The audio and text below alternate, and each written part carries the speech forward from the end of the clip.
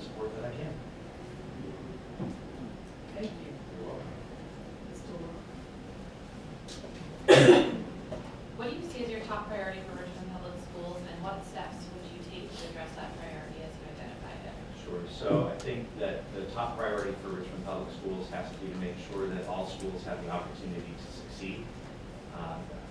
One of the school board's job definitely needs to be good stewards of the public funds and make sure that the buildings are being used well and wisely. But I think that for schools to be ultimately successful, it starts with the principal that's in the building. That person can be accountable for the teachers and make sure that the teachers are doing all that they can for the students.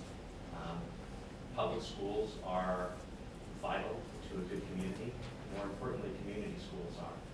Communities are grounded by the schools that are there, whether elementary, middle, or high schools. And so if decisions need to be made, for example, to consolidate buildings, consolidate schools, those things all need to be done with the eye of what's best first for the students, and second, what's best for the system as a whole.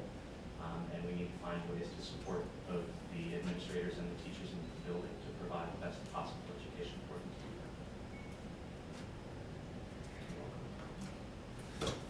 Could you describe the strongest asset that you bring and how that might strengthen or enhance the effectiveness of our board? Sure. I think the thing that I'm best at is communication.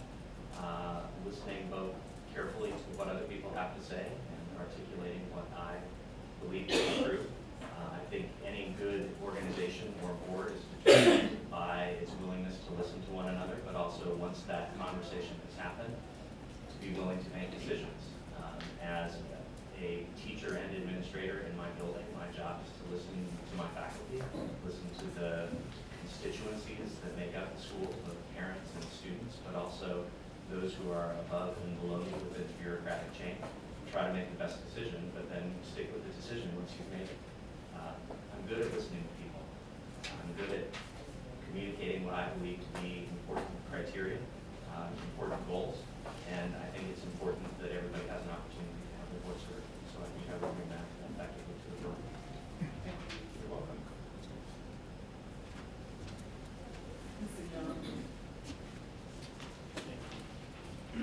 Thank you for applying.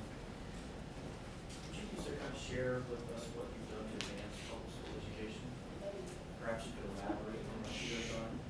Sure. In addition to being a teacher, I'm the director of this Center for Leadership, Government, and Global Economics at Douglas Freeman High School in the county. It's one of 12 specialty centers. I've been the director of that program since 2000. I am largely responsible for the way that we do applications and admissions to the centers now. I will, as of this year, be the longest serving chair of all the specialty centers, so I've been around for a very long time. Within the classroom, I am constantly working to improve myself in terms of how good a teacher I am. Over the course of the last 5 years, I took up government when our long-time beloved government teacher retired and moved into that spot, and I needed to get better at what it was, so educated myself by going to as many conferences as I could. Since then, I have spread the We the People program, nationwide program of constitutional law and policies, to more than 20 schools in the state of Virginia. We have one of the largest programs in the state, and I've been working on that for a very long time. And my students themselves have been successful. But I'm more proud of being a part of the Center for the Constitution of James Madison's Montpelier, part of the James Madison Legacy Project, which has worked to train teachers in schools throughout Virginia, Columbia, Maryland, and West Virginia on how to be better teachers. I've also been a part of the Courts in the Classroom project at the Federal District Court, and through Uplink, taught teachers all over the country in terms of best practices for civics education. I am a constant advocate for civics education. I think it's super important. You're welcome. Thank you for the chance to say that.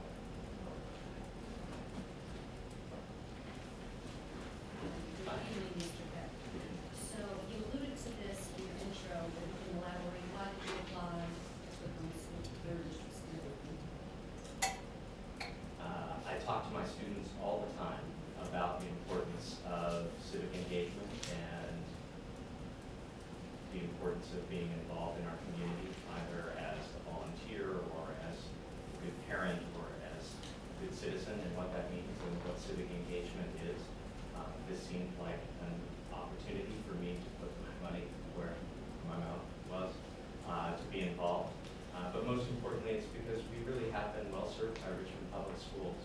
Richmond has a great vibe going right now. There's a lot going on in Richmond that is right, and the schools are moving in a good direction. I feel good about those of you who are on the board now. I feel good about the vibe that you all have. I feel good about who this school system can be. I don't think there's anything more important in a community than effective schools. I've been a good teacher. I've been a very effective teacher. I've been awarded nicely for it. But that's classroom. And now I'm ready to bring that expertise, if called upon to do so, into the public policy arena and bring what wisdom and guidance and leadership I can to that as a part of a large board. I think Richmond has the possibility of being really an extraordinary city. We're on the cusp of that, and there's no extraordinary city that doesn't have extraordinary schools. So if I can be a part of that and help that happen, I'm both eager and enthusiastic to do so. Thank you. I'm not using all my time. I see my timer up there. Mr. Beck, what idea specifically do you have in RPS board? So there was a wonderful article in the New York Times in the last couple of weeks.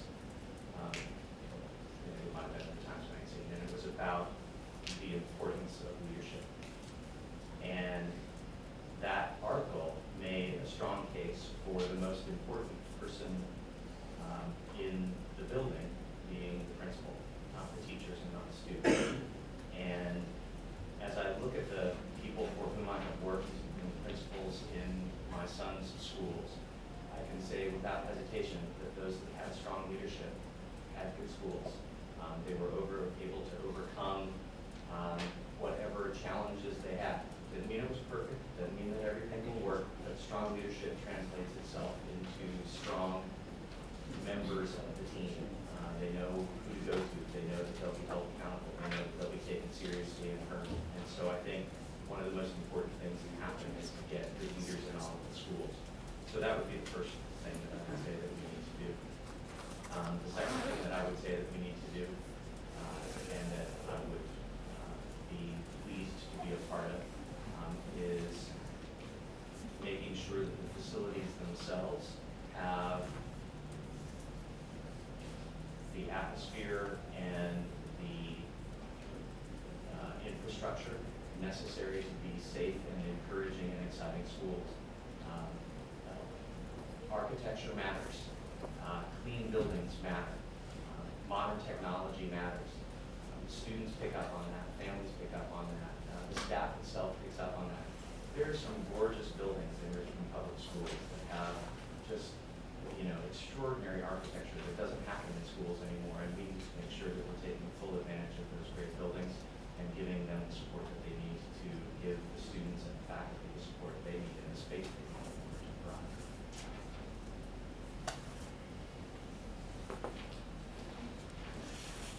Mr. Peck, that concludes our question. So again, we'd like to thank you. Thank you. And as I stated before, you may return to the meeting I again. appreciate it. Thank you all very much.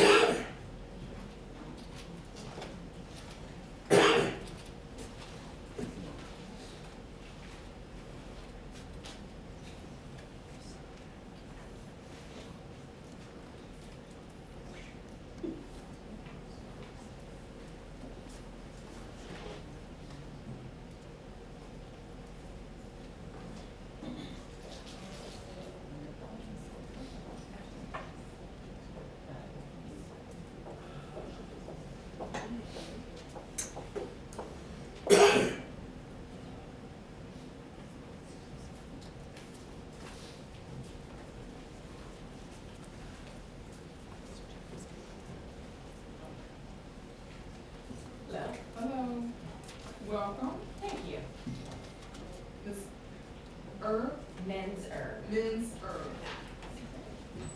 I'd like to thank you for your interest to serve Richmond Public Schools to fill the vacancy of the 3rd District School Board seat. I will go over the process with you before you begin. We're asking you to provide a 3-minute introduction. And then we will ask you 5 questions, and you have 2 minutes to respond to each question. And you will be timed, and the time will be displayed on the screen. At the conclusion of the interview, you may return to your waiting area until public comment section period. I'm sorry. The board will vote for the interim appointment at this regular meeting on the 20th, and the new appointee will take the oath of office on that morning, the following morning at 10 a.m. Do you have any questions before we begin? I don't think so. Okay. Ms. Owen? Thank you, Dr. Oh, I'm sorry. Introduction. Great. My name is Cindy Menzer, and I've spent the last 20 years working with nonprofit community-based organizations in Chicago, Seattle, Washington, D.C., and for the last 12 years in New York City. I am fairly new to Richmond. When I was first moving here, asked people about the public schools, and often heard that they weren't very good, which was disappointing to me as somebody who feels very passionately about public education. I went to public schools from pre-K through high school diploma, and I want the same for my kids. I have 2 little ones, one of whom will be starting preschool, hopefully through the VPI program next year. And so I feel really passionate about a district like Richmond, where 75% of the families are living in economically disadvantaged communities. A place where a lot more support is needed than often the money is there for. In a district like this, I think that wraparound services and support much beyond just educational things need to happen. My background has been an educational nonprofit that was bringing 21st century skills to 100 Title I schools in New York City. And part of that was also encouraging parents to be involved with their kids' education because it is such a vital part of how kids learn and do well in school. After that, I ran an organization that supported families with young kids to get out of poverty in the South Bronx. And a big part of what we did was helping families stabilize so that ultimately their kids could be successful in school and in their development. I'm very passionate about education and the ways in which I think I could contribute to this board. I also have significant management experience. I've been the executive director of 2 nonprofits. I've helped manage budgets of up to $10 million. I've done fundraising as well. And in that experience, I've been in situations that I've had to make very difficult decisions around cutting back on spending, things like doing staff reductions, changing locations of our office, making decisions that would help us save money so that we ultimately could be more successful. Like I said, I'm new to Richmond, which certainly gave me pause in whether this was the right thing for me to do, but I think I bring a really unique perspective, having served in the largest school district in our country. And now, as a resident of in the North Side, my family is settled here in Richmond. I've fallen in love with all that RBA has to offer, and I want to be a part of making the Richmond schools something that families say, the public schools here are fantastic, and it's a reason to move to Richmond. So that's fine. Ms. Owen? Thank you. What do you see as a top priority for Richmond Public Schools, and what steps would you take to address the priority you have identified? That's tough because I think there are a lot of priorities. I had a chance to read the mayor's education compact that you guys are considering. And I think I would say one of the top priorities is supporting the whole child that's laid out in that compact. Again, my background being working with high poverty schools and with low-income families, I think the wraparound services ultimately are a big part of how schools are going to be successful. Money needs to be used carefully, but I also think it needs to be creative and innovative to be able to support a very unique population that Richmond serves.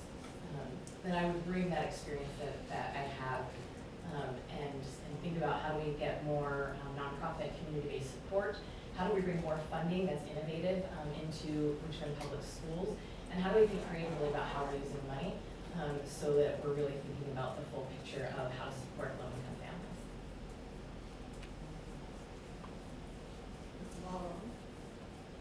It's been great to hear about your background so far, but can you describe the strongest asset you think you bring to the board of strength in our team against our effectiveness? I think I bring a lot of experience, like I said, but I think the strongest thing I bring is a problem-solving ability and the ability to look at problems in a new way. I work in a sector that is often underfunded, and I've often had to figure out how to do more with less.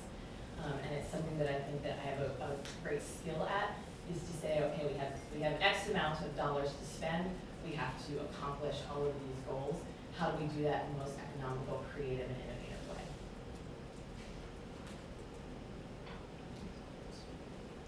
Thank you. You talked a little about it, but you can elaborate what you've done to advance public education. Yeah. So I worked with an education nonprofit called CFY. We provided support for parents to be more engaged in their kids' education. And that doesn't mean PTA, it means how do parents help their kids learn on a day-to-day basis. And we did that through putting technology into schools, training teachers and parents together to use technology to enhance their kids' education. We did this in all Title I schools, and specifically we did it in schools that were 75% free reduced lunch or greater, so even higher than the Title I allocation. I had a lot of experience working with various schools, and one of the things that I think is most important for school success is school leadership. And so I spent a lot of time working with principals and assistant principals and helping them figure out how to engage the community and parents and bring them into the building as a way to really bring more success. Again, I also worked with an organization that focused on eradicating poverty and focusing on families with young kids. And so most of my career has been spent working with young people to ensure they have all of the things that they need, opportunities, abilities, to support their success in school.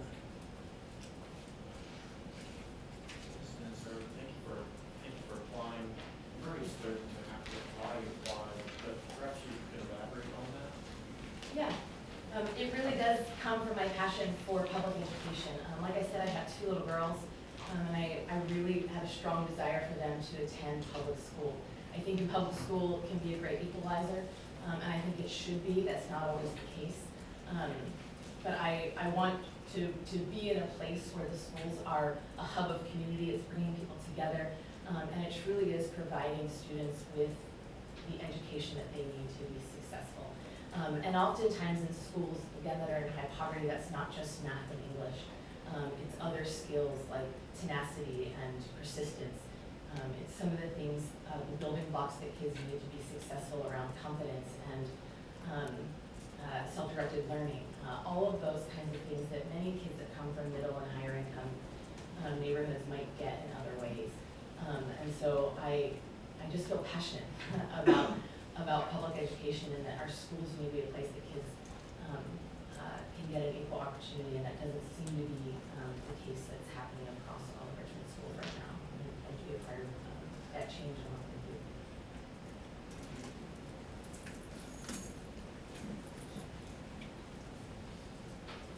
So could you share ideas of what we have to do to move RPS forward? Yeah, so I read through some of the stuff that you guys are working on right now, which sounds like a lot. I think this group has a lot of very difficult decisions ahead of it. And so I really would want to get a chance to meet with this group and understand more before I jumped in and said I knew what needed to happen. I would also want to meet with principals and schools in my district to be able to understand better. That being said, from what I've read, I can make some suggestions. It sounds like there's a major situation with facilities right now and a budget deficit. I think both of those are things that need to be tackled pretty quickly. It sounds like there's a plan in place to start figuring out what's next with facilities, and it sounds like it's one of the highest priorities. And so I would want into that and support those efforts however I could. I also would want to be a part of furthering the education compact. I think it sounds like something that's really necessary, that the school board, the city council, and the mayor work together. Only working together will the schools improve, and so I think that would be something else I want.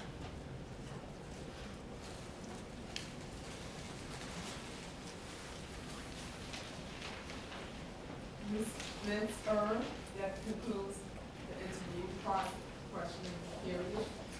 So again, we may return to the waiting area. Again, Thank you all so much. Appreciate it. thank you.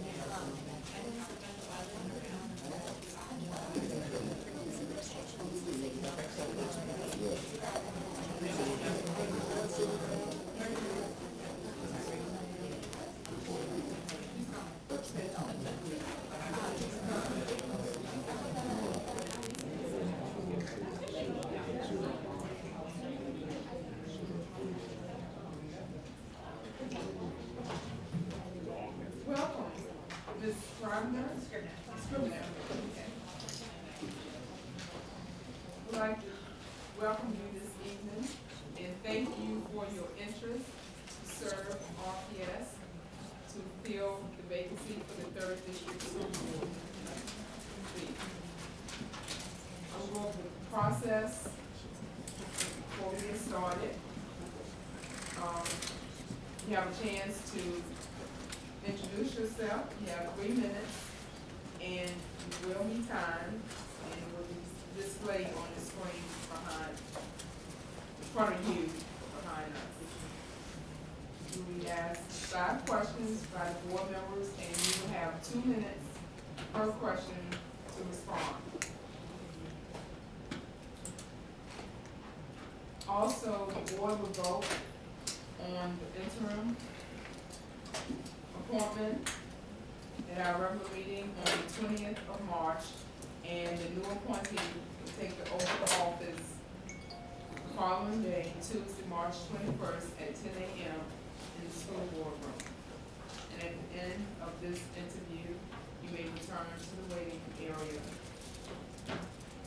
if you like. Do you have any questions before we start? May I get my water? Sure. Okay, thank you. So much water. Yeah. Did you want me to start with the Yes, introduction you now? start with your introduction. Hillary Scribner, I'm a former school teacher. I taught kindergarten through 2nd grade for 6 years. I have a master's in elementary education. My teaching experience was in Los Angeles, California, where I also received my master's. I worked at a charter school as well as a private school, so I had experience working with parents, with the logistics of establishing a charter, working alongside parents very strongly. Charter schools are very unique with that. My husband and I own 2 small businesses here in Richmond, which is what brought us to Richmond 4 years ago. We own a computer support business, as well as myself, I'm the sole proprietor of a yoga work business. We have 2 young children. The oldest of them will be starting at Richmond Public Schools in the fall. We're very excited about in kindergarten. We're very involved in the community. We live in a third district. We're very excited to be there, stay there, have our children stay in the public school system. And Richmond now is home. Ms. Dorr. I think, what do you see as a top priority for Richmond Public Schools, and what steps would you take to address the priority as identified? There are a few. I think a big one is getting a lot of families, I think within my community and the north side, in my district, there's a big, Richmond City schools in general, there's a big draw for the elementary schools. A lot of families are choosing to send their children to the public elementary, and then in middle and high school, a lot of families, my contemporaries, are opting out, finding other options. I feel that we need to work together to find a way to keep people who matriculate through the elementary school, in the middle schools, and in high schools. By everyone knowing their options and by making all options better for all students. In preparation for this interview, I also spoke with some teachers, and some of the feedback I got from them in terms of priority would actually be raising expectations of, not of teachers who are doing amazingly, but of the students and of the community. Creating an environment where the schools are not just for academics, but where students and the community are coming together, where we have more dinners and after-school environments, and where the schools are really the center to give families more community there. And I think that draws and continues the notion of the importance of education when everyone is having a spaghetti dinner and meeting and chatting and families are together. Those would be 2 things that I think are 2 priorities. Great. Could you describe the strong sense that you would bring to strengthen our team and to enhance our board's effectiveness?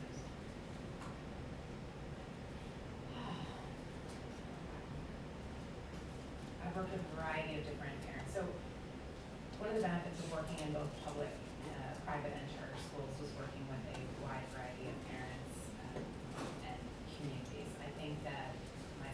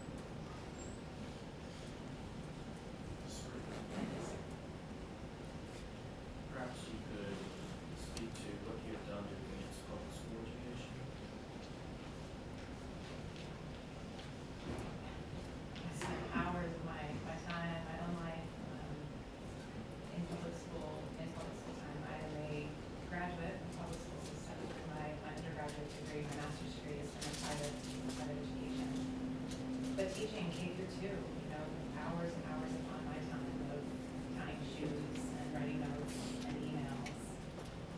I've done it, I've spent that time. Now within my community, I am looking forward to being more involved. I recently met the principal at my local elementary school to chat about how I could be involved as a parent in preparation for the year to come before this position was even posted. But really, my experience so far has been as teacher assistants in the classroom with kids. I mean, that role at that age, there's a lot of teaching, there's a lot of parenting, there's a lot of communication, just kind of filling that role. Between LAUSD, there are very interesting, it's very diverse, very socioeconomically and racially. So I was able to work with various communities there, which I really, really enjoyed.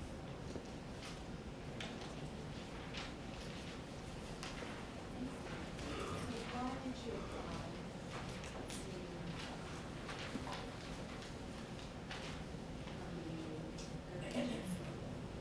I saw the posting and it wasn't something that I had thought of, it wasn't a childhood dream to be on the school board.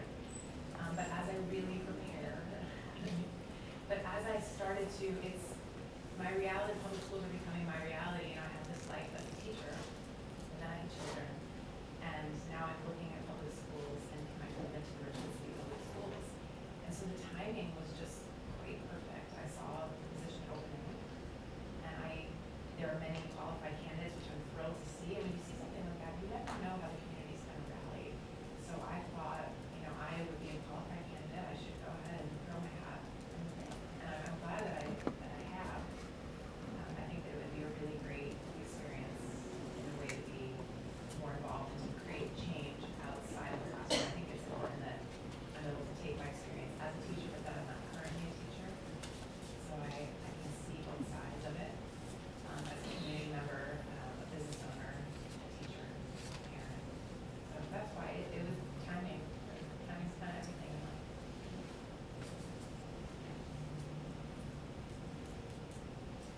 Can you give us an idea of what ideas you have to the RPS board? Yes.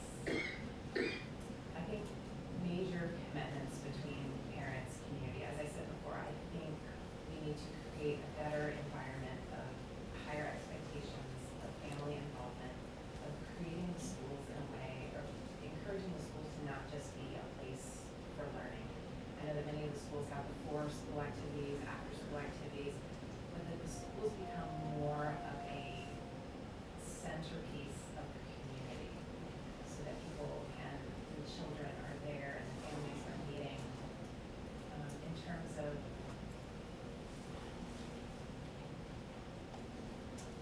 that, I'll leave it at that.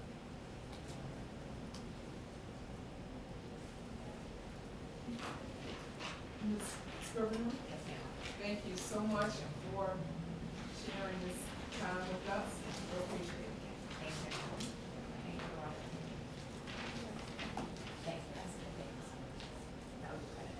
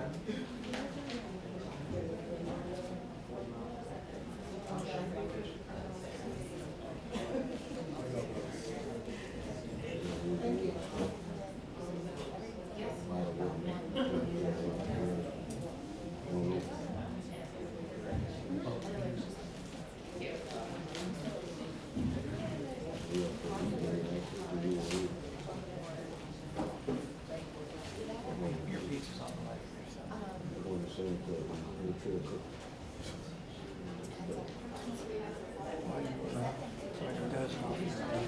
We order the meat. Really got that over there.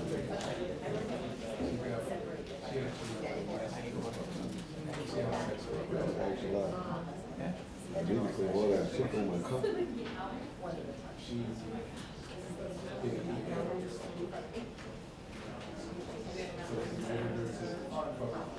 Is that what you guys were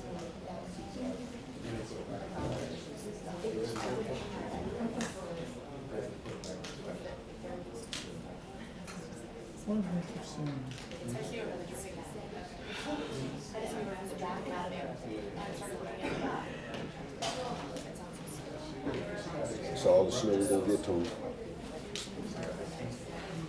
Yeah. It's all the snow we're gonna get.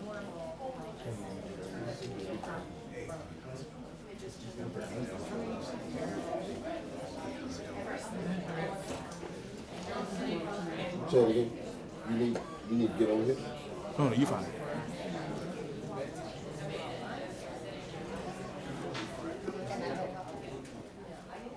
No, I was just looking at the window. I don't think we're gonna get them. No. Hey, keep. How's it going, man? Good.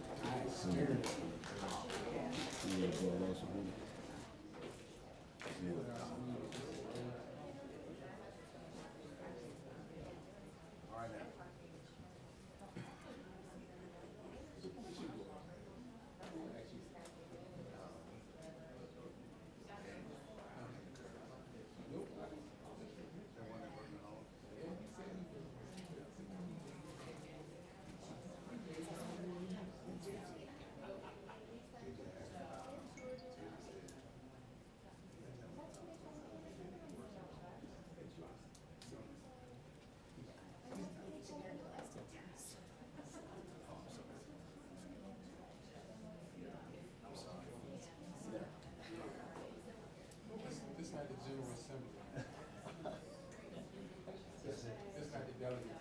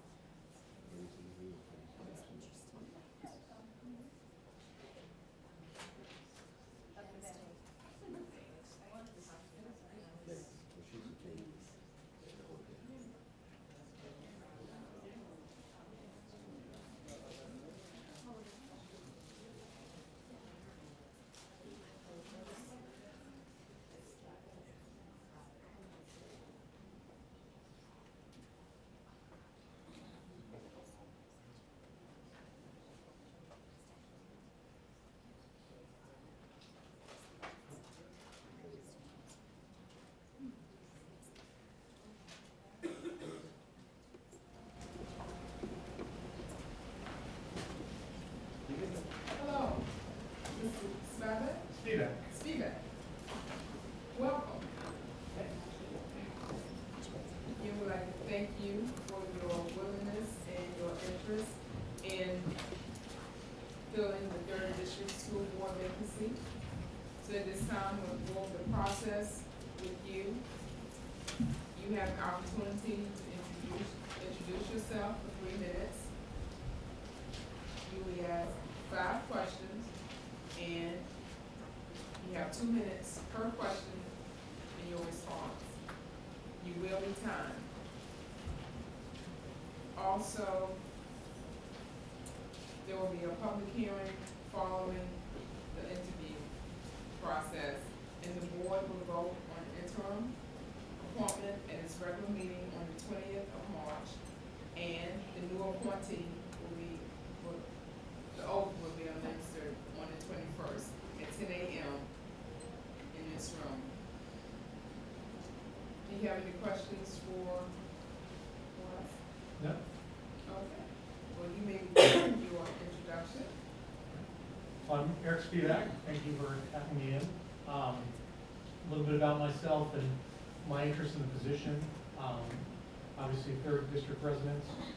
I was got a 4th and a 7th grader. So my knowledge of Richmond Public Schools is firsthand. I'm starting out with the system.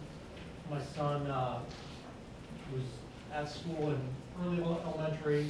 We really didn't think too much about kind of what was going on, and I wasn't too involved within kind of the school system. It was coming into his 5th grade year that he started looking at middle schools, and at the time we were zoned for Binford, which was about to be closed, or there's talks about closing it. That raised my initial kind of interest and awareness of the school system and how things worked. At that time, I got relatively involved in terms of helping to shape, what direction was going to be for Binford, and try to voice concerns and perspectives as to where it should go. But that was the first time that I really went from maybe a passenger in the system to really looking at how do things work and what generates, the output for it. That was a couple years ago.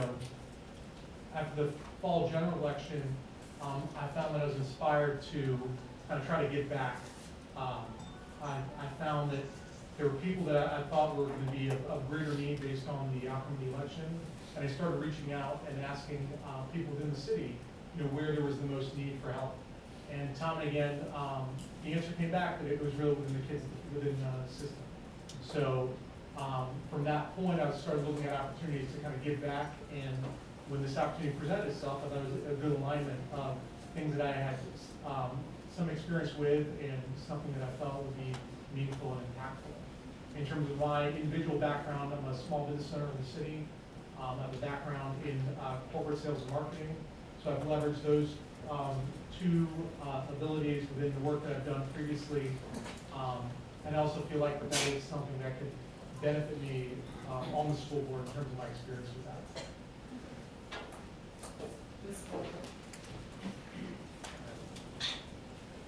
What do you see as a top priority for Richmond Public Schools? What steps would you take to address the priority you have identified? Well, obviously, the budget constraints we have and years of deferred maintenance are, a big kind of hurdle that we've been facing kind of year over year. So, obviously, you guys have just gone through the initial kind of budget phase. Looking forward for the next year in terms of kind of shaping, what the priorities are going to be. I think we're in a critical period from a spending standpoint and budgetary standpoint. And from my standpoint, I think we have the opportunity to be more innovative in terms of how we look at budgeting. So from a traditional standpoint, the system has really gotten reduced support at the state level. My hope is that we're getting advocacy to help amend some of that. I think the city has been stepping up in terms of providing greater support than they had in years past. But I think there are other avenues that we have in terms of gaining incremental revenue that can be impactful. So being more innovative in that process. One thing, for example, that we have within the 3rd District is the Richmond Technical Center. I think this is an area within the system that could potentially be generating revenue for the system. So as an example, we have very capable students and ones that work, for example, in graphic design. We can have the technical center be working on managing graphic design for city projects. Last summer, when the city was short on funds for municipal maintenance, the technical center could have been supplying opportunities for the kids to be mowing lawns. Those could be opportunities for them to learn, to have experience within that field, but then also be a source of revenue for the school system. So things like that are more innovative ways to kind of approach it. But I think the budget process is the big one to tackle initially.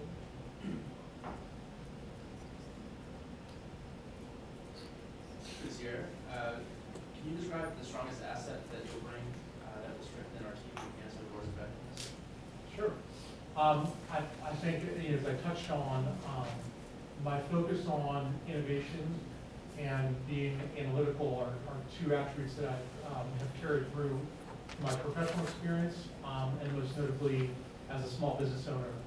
I think we have an opportunity now with a lot of political capital from our new mayor, from what I've observed to be a much more cohesive school board and support from city council to kind of take the school system forward and not just accept the status quo as we've had years past. I think doing so is going to require that we become more innovative in terms of our approach. So I think there are measurement systems that we can put in place in terms of how we look at student performance. That could be not so much based on what the state asks of us, but what we envision for our pupils. And my perspective is that our mayor is looking to put Richmond forward as a top-tier city. And I think schools are one of the main focal points that people have in terms of their decision to live within the city or not.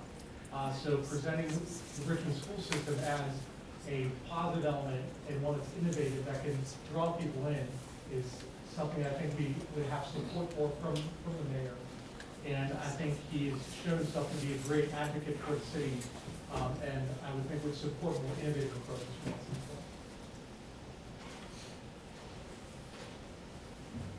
Thank you for being here. What have you done to advance public school education? Well, having children within the public school system, the involvement that we've had within there has been integral in terms of my awareness of the system. And from an advancement standpoint, having that involvement is critical to the success of the system. Obviously it doesn't work without pupils, and it doesn't work without parental involvement. So being involved, whether it's at the PTA level, through the community, all those things are things that I think are integral in terms of ensuring that the system works. So from my personal experience, the involvement that I've had within the schools that my children attend or have attended has been kind of integral in that. But I also hope that moving forward, my role on the board will be an even more integral piece in terms of that contribution. Thank you for applying. Could you elaborate on why you applied? You spoke to that perhaps in a minute or two. Sure. So I'm fortunate that I'm in a position right now with the business that I own, that I have more time that I can give back.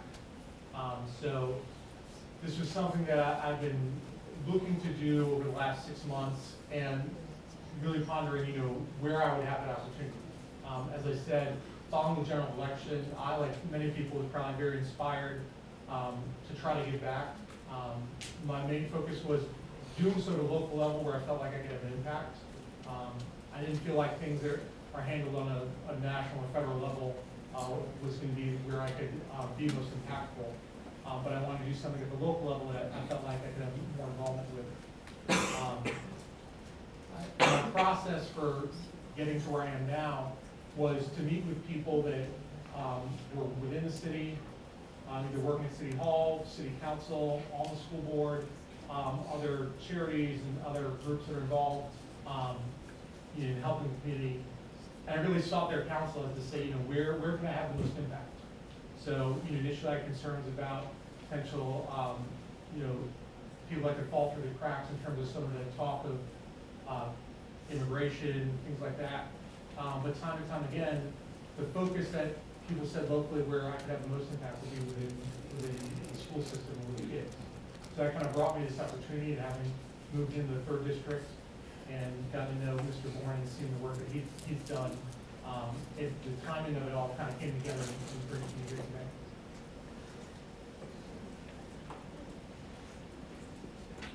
So if you could share with us some ideas that you have about how we could move Richmond Public Schools forward.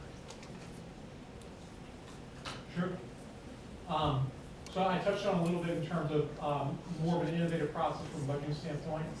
Some of the time I've spent over the last couple of months is in greater informing myself of the resources available within the 3rd district. I think the Richmond Technical Center is is an untapped resource that is underutilized. So I would look to utilize that within the 3rd district. More broadly, I think the way I see our children being evaluated right now is a relatively binary system, so it's either passing or not passing. I think we need to have more depth in terms of measurement to understand where is their progress within our system, and even more than that, setting expectations for the kids in terms of where they are now and where we want them to be. So I look to have a more innovative evaluation system, maybe dividing kids more into quartiles, soliciting the input, from school principals to understand the base of where they see their kids now and where they think they can be. And then having a measurement system in place to then look at how are we moving within that.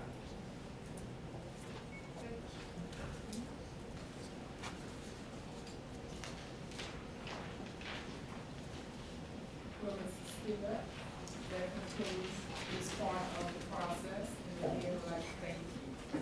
Thanks for having me.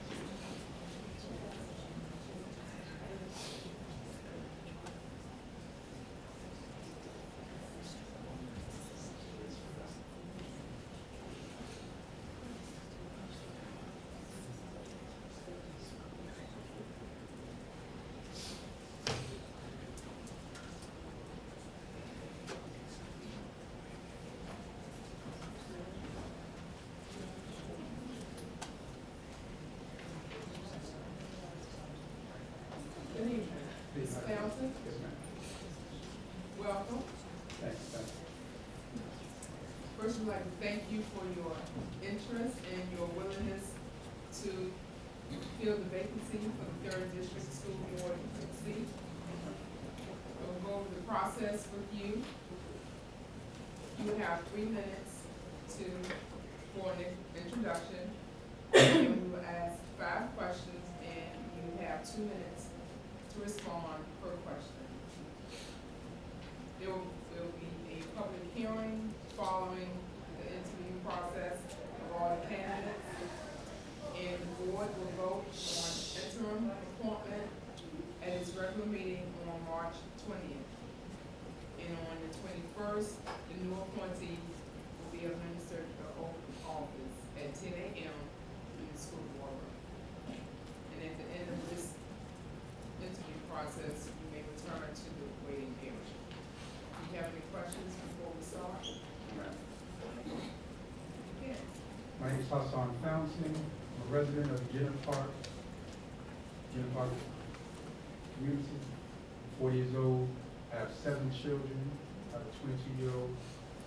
She's an entrepreneur, owns her own bakery. I have 2 20-year-olds, which is twins. My son, he lives in California. He's a corporal in the Marines. I have a daughter that's private first class in the Army. I have an 18-year-old daughter, actually, in Bridgewater College. And I have my 3 youngest children, my 3-year-old, my 2-year-old, and my 1-year-old. I work very hard in the community. I'm part of Richmond Community in the school. I work with Jenner Park Elementary School, JV Stewart Elementary School. I give back. In the last 3 weeks, I gave 500 books free to the children over at the second and third graders to promote literacy. They need books, and they can give them the promise that they're going to give them to their parents. Also have a foundation, Youth Foundation, where we implement libraries throughout the city. We opened one in January 10th in Gilpin Court in the Friends Association building. And just Friday, March 10th, we opened one in Fairfield Court in the Boys and Girls Club Center. And we roughly put anywhere between 1,500 to 2,000 books in each one to help the children with literacy. They need to read, and I know those places sometimes the children can't get to the library. And I'm a hard worker. I work for Coca-Cola. And I'm just here to help. This is my passion, to be honest with you. That's what it's about. I'm here to help you all. Maybe one day we can be partners, continue partners, to make this city better as far as education. Thank you. You're welcome. Ms. Dorr. What do you see as a top priority for Richmond Public Schools, and what steps would you take to address the priority you have identified? One of the top priorities for me, I spoke at a couple of schools last year, 3 high schools, cell phone usage. That's a big distraction. And I know when I went to school back in the 90s and 80s, you couldn't have a cell phone. Now the kids, I spoke actually to George Wood, Armstrong, and John Marshall, government classes, history classes. And every class had their phone out the whole time. I had someone get their phones away. I'm like this undercover boss. I'm going to be boss one day, put the phone away. So, everyone, 9 out of 10 had a phone out. Another person had a phone out, they didn't have a phone out, more than likely the same. It's sad that technology is taking over classrooms in that manner. And we have to get that distraction out of there as far as how we can help it come together, implement the rules, because I know it can't be in there, it's supposed to be in there, but we can implement the rules to get phones out of there. Maybe keep them in there, but not just using during the class. Thank you. So thank you for running. Could you describe the strongest asset that you would bring to that will strengthen our team and enhance our effectiveness as a board? Yes, ma'am. One of my strong assets is bringing people together. I'm going to use once again my library to put together. I brought Coca-Cola and they sponsored the first one. It's kind of hard to get Coca-Cola to sponsor anything. Being Fortune 500 company. And I bring businesses together, small businesses, big businesses, community leaders, everybody. And that's what it's about, and that's what I can bring to the table. Actually, in with negotiation right now with the NIFs, if you all have heard that, they work with dental companies. And I'm putting together for the second graders that Holton, sorry about that. Holton and Stewart, and, Getty Park Elementary School, having an oral health program there for the second grade. Because oral health is one of the biggest problems that we have with children not coming to class, not coming to school. So, and it is something we're working with a company here to we can work with second graders, lesson plans to teachers. And the time, is it time over there? I'm looking at it, sorry. Yes, ma'am, thank you. Mr. Fountain, thank you for applying. Yes, sir. Yes, so kind of share with us what you've done to advance public school education. In public school education, I said, in the last couple of years, I've been, like, last year I spoke to the high school. It's about being involved in the community. And that's one big thing. We have to get the children back involved into the community. You know, you got to reinvest into the community. And, one of the biggest things is open these libraries for literacy. The children need literacy, especially children who live in subsidized houses, you know. They need books to read. There's no books. I feel kind of odd that there's no books in those communities. And that's why I come together and I have a big support group that brings folks together, you know, for their cause. And that's what the thing about it. Right? You know, I think that's me personally, talking out, and that helps out with the school system. And if I become part of the team with you all, but we'll never get away because I have a team that does that. I'm the face of it, and I go out and I negotiate, you know, with everybody I have to deal with. But I would love to work with you all to keep continuously push literacy. Sorry. Thank you. Yes. Mr. Mountain, so you mentioned earlier that this was passion, so can you expound on why you decided to apply for this position? Because I have 3 children. First of all, I'm a parent in the third district, and I have 3 children that will be going to school simultaneously after next year. And I need to make sure that the school systems are together.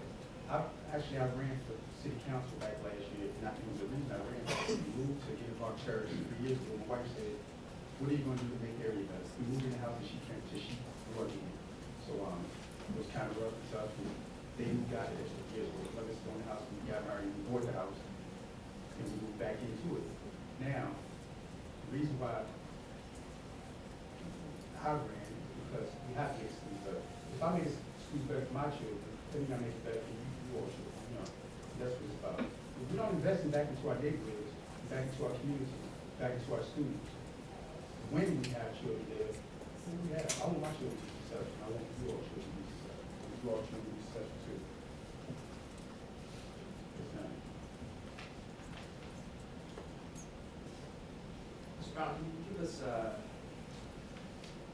idea of what ideas you have to help move RPS forward? The ideas I have for us to get involved in the school, I know each one of you all are involved in the school, but I'm willing to dedicate 3 to 4 days to be in the schools. I know my mother's school teacher. My mother is a school teacher for 4 years. My sister's school teacher here in Richmond for 12 or 13 years. And we have to get in there and make the teachers feel comfortable, make the students feel comfortable. Like I said, if you have people like ourselves in there, the students wouldn't be on the phone. But you have to be on top of it, not telling them exactly this, but if you show them that you care, the student will be better. You know, and I think that's the one thing. That's what I bring to the table for RPS. You got to get in schools, make them better. I wish I could dance around it, but that's just straight to the point. You got to get in and make it better. We have to get in there. The parents are going to be there, you know, but they're going to see the children there. We have to be prepared for it. And matter of fact, 75% of the make it happen. That's my past. Mr. Fountain, again, thank you for sharing your views about the reason why you're going to serve.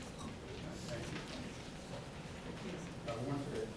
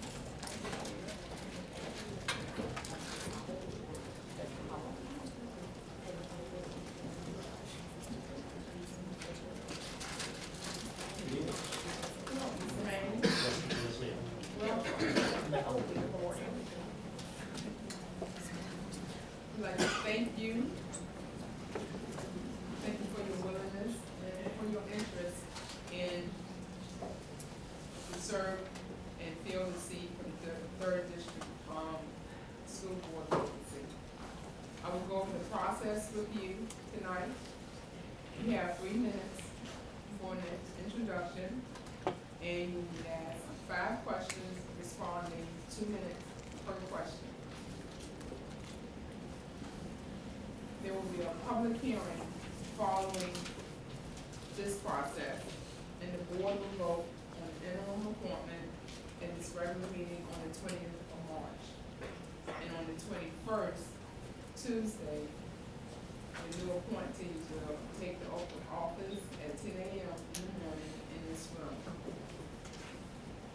And again, at the conclusion of this interview process, you may choose, to return to the way they build you. Do you have any questions before we start? No? Okay. Introduction? Okay, thank you. Thank you, and it's a pleasure to be here. My name is Patrick Haynes, and I'm 51 years old. I'm a lawyer. I'm the father of 4 lovely children, from ranging in age from 22 to 15 months. I tell people it's like going from a 20-year mortgage to a 50-year mortgage for the same thing. But I've lived in the city and in the 3rd district for 22 years now, and as I say, people will have to take me out first. And this is the district that I seek to represent for you on the board in the 3rd district. My 2 older children, as I mentioned, part of what's my drive for seeking this position is my children and what I've seen, and I think what gives them a unique perspective in some ways on the school system. I attended my 2nd high school, City of Richmond High School graduation last year, and then this morning I was in kindergarten open house for my 3rd child. So, and one of my older children is on her way to follow her grandmother and her great-grandmother in the teaching profession. I think it does give me a unique perspective. I've been through the whole system as a parent, and now looking forward to in the new atmosphere that we have here in Richmond, very much looking forward to having to young children in the school system. As I say, I am a lawyer by I'd say both by nature and by training, and that does inform a lot of how I go about my day-to-day life and how I handle problems. I have board experience that I think is important and useful background that I would bring to this position. Several nonprofits in the Richmond area, and one in particular that I think has some bearing, which my board service with Family Lifeline, a 501c3 organization in Richmond. And the experience that we had when I was on that board of merging really 2 boards for 2 organizations, and the challenges of going from a small compact board where we all knew each other, but in the shrinking environment that nonprofits sometimes facing, then facing new challenges as a merged board with a large group of people who didn't know each other, and merging both their missions and their skill sets to try to support the mission of the organization. That's my background. That's why I'm here tonight.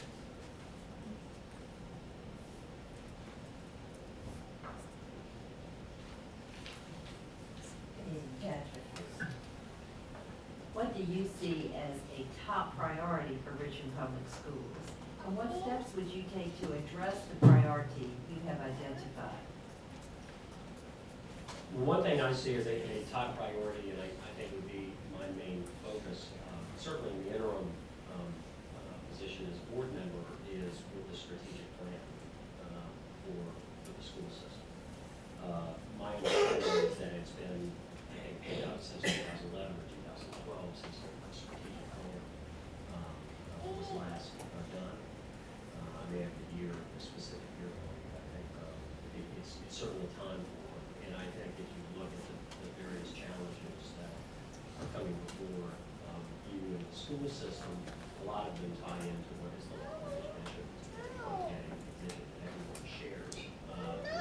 To plan on ODs, plan on facilities, and where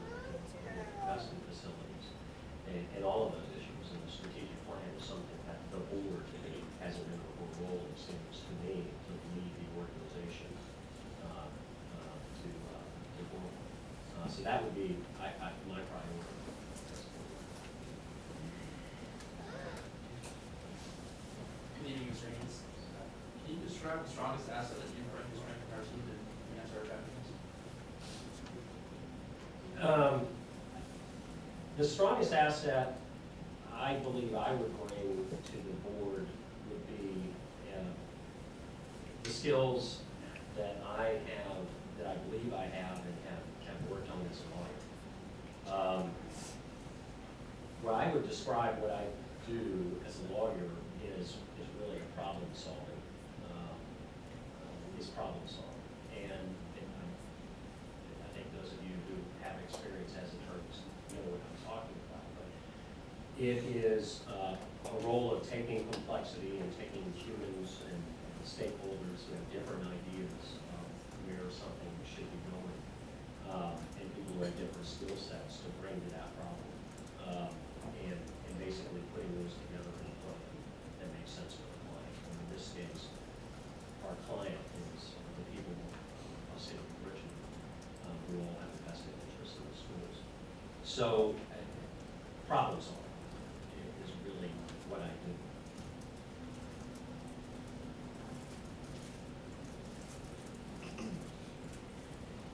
Thank you. So what have you done to enhance public school education?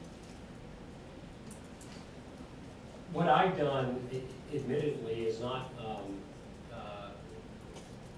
so much of an active role other than raising my children and putting them through the school system. I've been an active member in my own community for 22 years. As I say, serving on nonprofits, serving as president and board member of the Recreational Association, for many members of the school system. Of course, go during the summer, and we're all strong supporters of what goes on in our neighborhood and our district. I've admittedly not been as active in day-to-day in affairs of the school system. I would bring a perspective as a member of the community, as a parent of 4 children who had experience in the schools.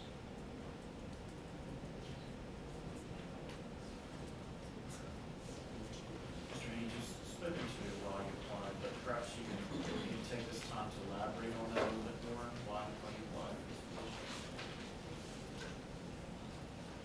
I applied for this position because I saw a need, and in my community, in the 3rd district, for good, strong leadership. I hear from everyone I know a lot of hope for the school system and for the school board right now, and for the city. I think we all hear that. A lot of hope, a lot of positive energy about where the city is going. And I hear and see and meet so many people moving into the 3rd district, young people whose driving concern, the one thing that they worry about, they ask questions about, are the schools going to be there? Are they going to be strong and vibrant in my neighborhood for my kids? That's the one thing that I hear consistently from every new family that I meet, and I meet lots of them moving into the north side. And again, because it's a very positive time to get involved, frankly. And everything that I learned about this board and the members of this board seems to encourage that, to say this is a new time, this is a new board, looking at things in a different way. And those are the things that drove me to do this. Plus, it's a good time, frankly, in my life. As I say, I do have 2 kids who have finally gotten out of diapers, well, not out of diapers, but at least out of the screaming range. My wife, who's also a lawyer, has a new job, and we're both kind of in a good position right now to think about doing something.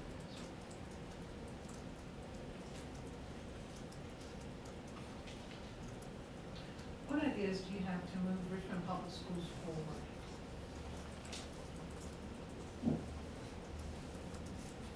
I feel like I should have held something back, but obviously the strategic plan is really, and I say that, and I come back to it just because on the boards, so many boards that I've seen, both as clients, by the way, I see public company boards and private company boards operating by advice as clients, and the nonprofit boards I've been part of. And so many times I've seen that key for board leadership, working with management of an organization to, resolve this, I think, confusion sometimes people have about what does the board do, what does the administration do, and how do they work together.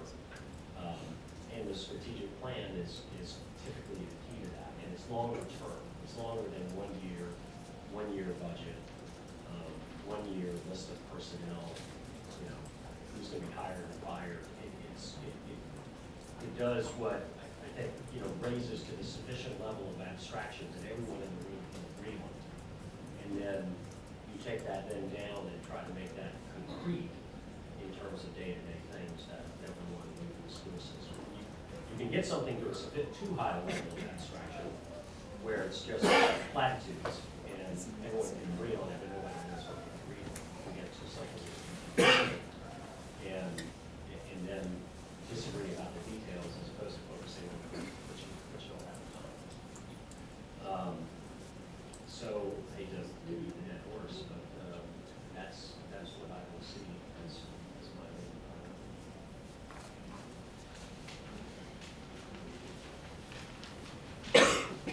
Mr. Hayes, again, we'd like to thank you, and this concludes this part of the process. Question? No, Oh. there's one other person here. I was waiting, sorry.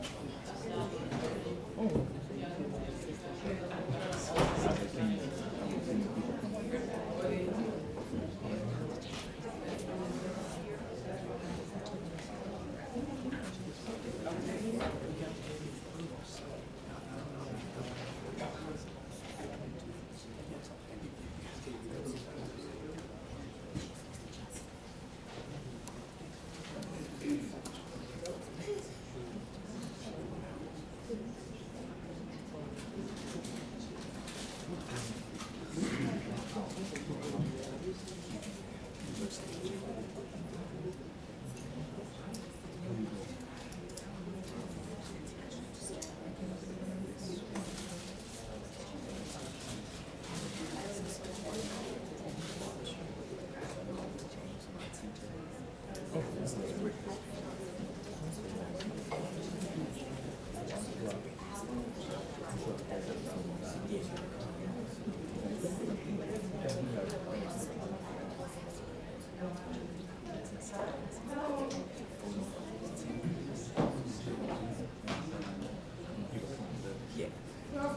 Ms. Arnie.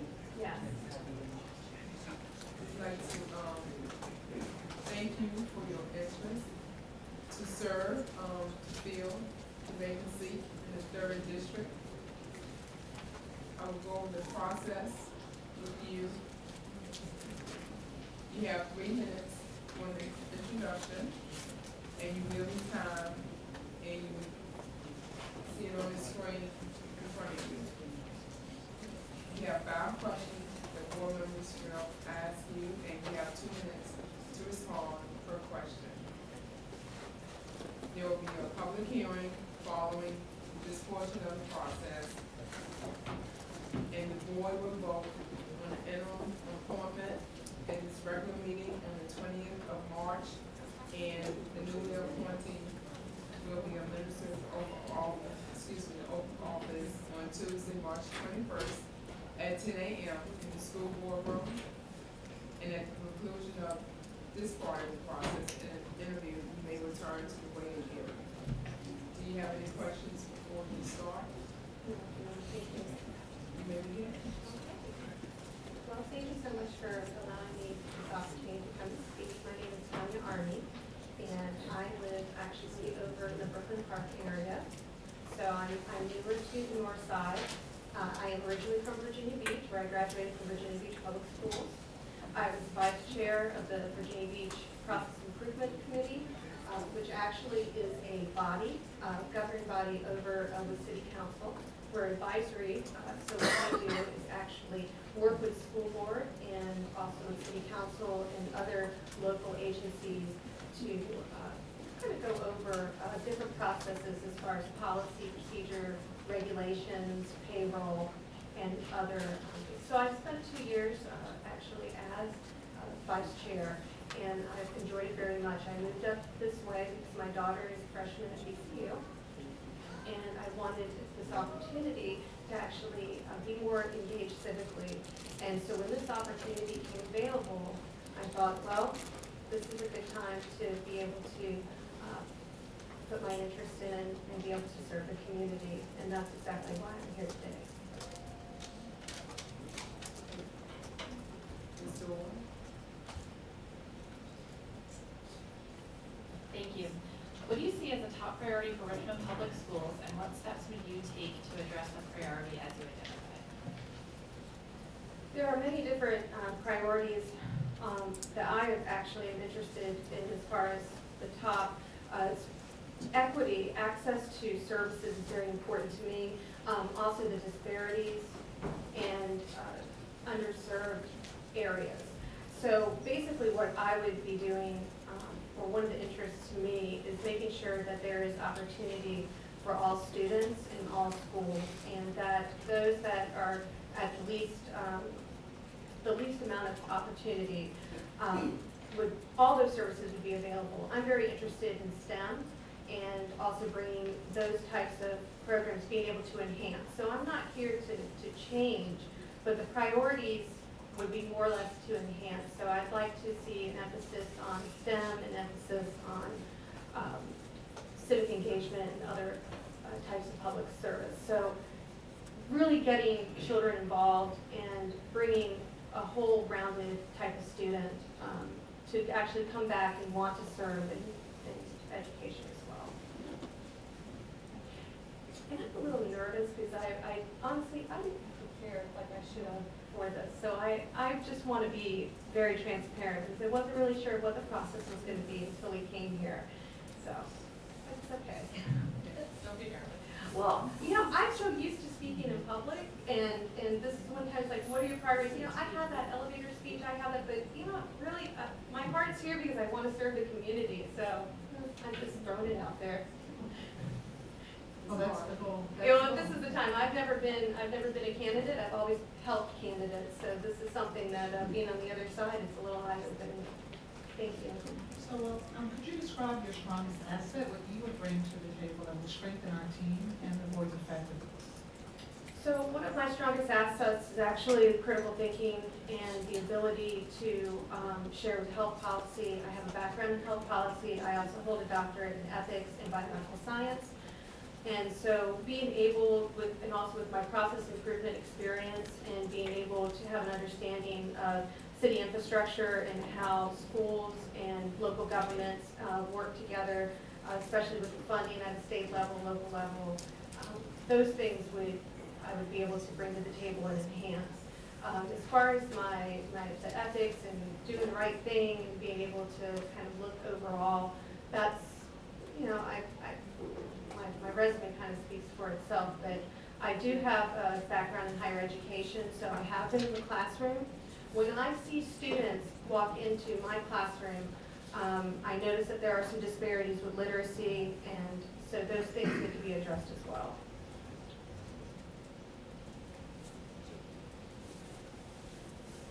Ms. Arney, thank you for applying. Would you please share with us what you've done to advance public education, please? What I've done to advance public education, most of my work has been volunteering, and I've worked with many schools in Virginia Beach, the backpack program. I've mentored, I've tutored, as far as being able to do any advancement. As being a teacher, I've taught at the community level, community college level, as well as a full university. And what I've experienced, basically, what I've experienced in the classroom has actually been able to teach me to get out there and help the younger students that are coming in, helping mentor more of those students that are graduating, and also helping some of the students also, especially the high schoolers, kind of get some direction for their higher education, what they plan on doing. So it's really about the best I've been able to advance. It's mostly the students that are trying to make those life decisions after school, after they graduate, more so than in school. But I have done a lot of work volunteer-wise with my Rotary Club.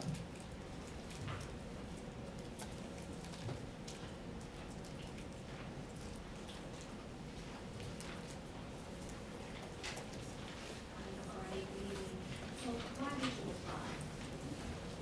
apply? I applied because I wanted to serve. As a Rotarian, we believe in service above self, and I think that what I personally believe is that we need to teach children how to think, not what to think. We need to be mentors, and as professionals within the community, that it's our job and our role and our responsibility to be there for that next generation of leaders. And I think it's really important. And when I never thought that I would ever apply for a position on school board, however, having this opportunity that it was a vacancy, what better than to be able to serve my community in that role.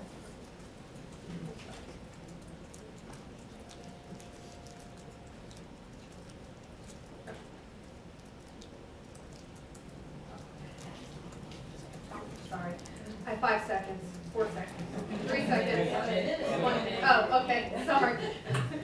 Thank you. Really, I want to serve. That's really my goal. I don't have any, I just want to give back to the community. I want to serve. I don't have any career plans. I just think that part of being part of your community is actually being able to serve in some capacity, and that's why I'm here today. And I want to get to know I want to get to know my community, and this is a good way to do it. Good evening, Dr. Arney. What ideas do you have to move RPS forward? I'm sorry, could you? What ideas do you have to move our school district forward? Some of the ideas that I have involve really connecting more of the biotech community, particularly STEM projects, focusing on not only all students, but particularly young women, and getting them interested in science and opportunities in science where they might not be able to have that opportunity otherwise. We have a lot of great biotech corridor. We have a lot of great things in this area. So be able to actually have one-on-one mentorship.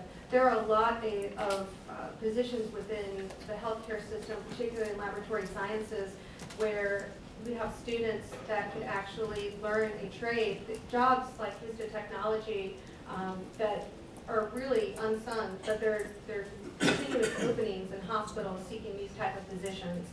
There's different types of, instead of just getting students to think about one track, if they even have that goal to continue their education, instead of thinking they want to be an attorney or a doctor, there's other ways that you'll be able to help people without actually going on that one track. So I'd like to open up, open up the eyes, be able to give new perspectives to different opportunities within some of the technical programs and do one-on-one. So that's one of the things that I'd like to do as far as advancing. Another, what I'd like to do is also focus on retention for students, making sure that we actually get them to the point where we can even talk about graduation and careers.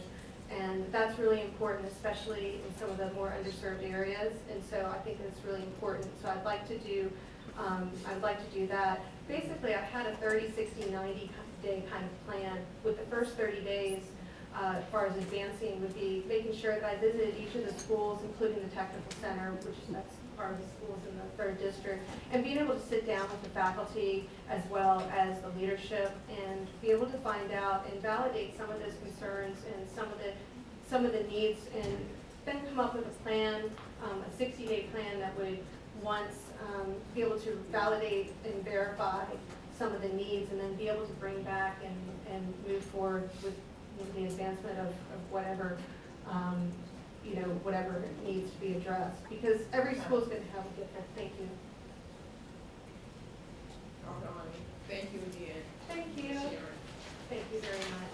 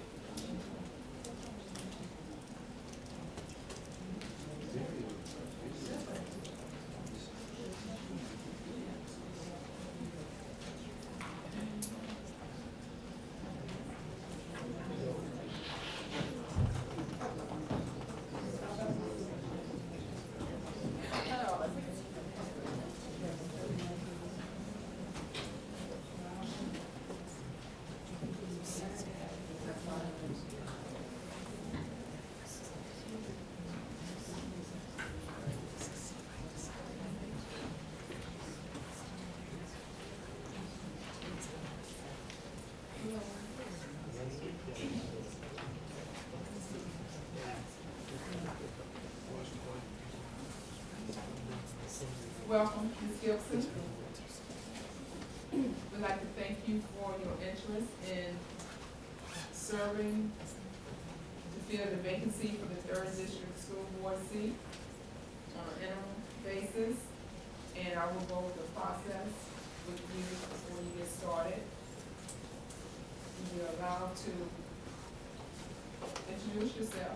You have 3 minutes to do so, and you will be timed and will be displayed on the screen in front of you.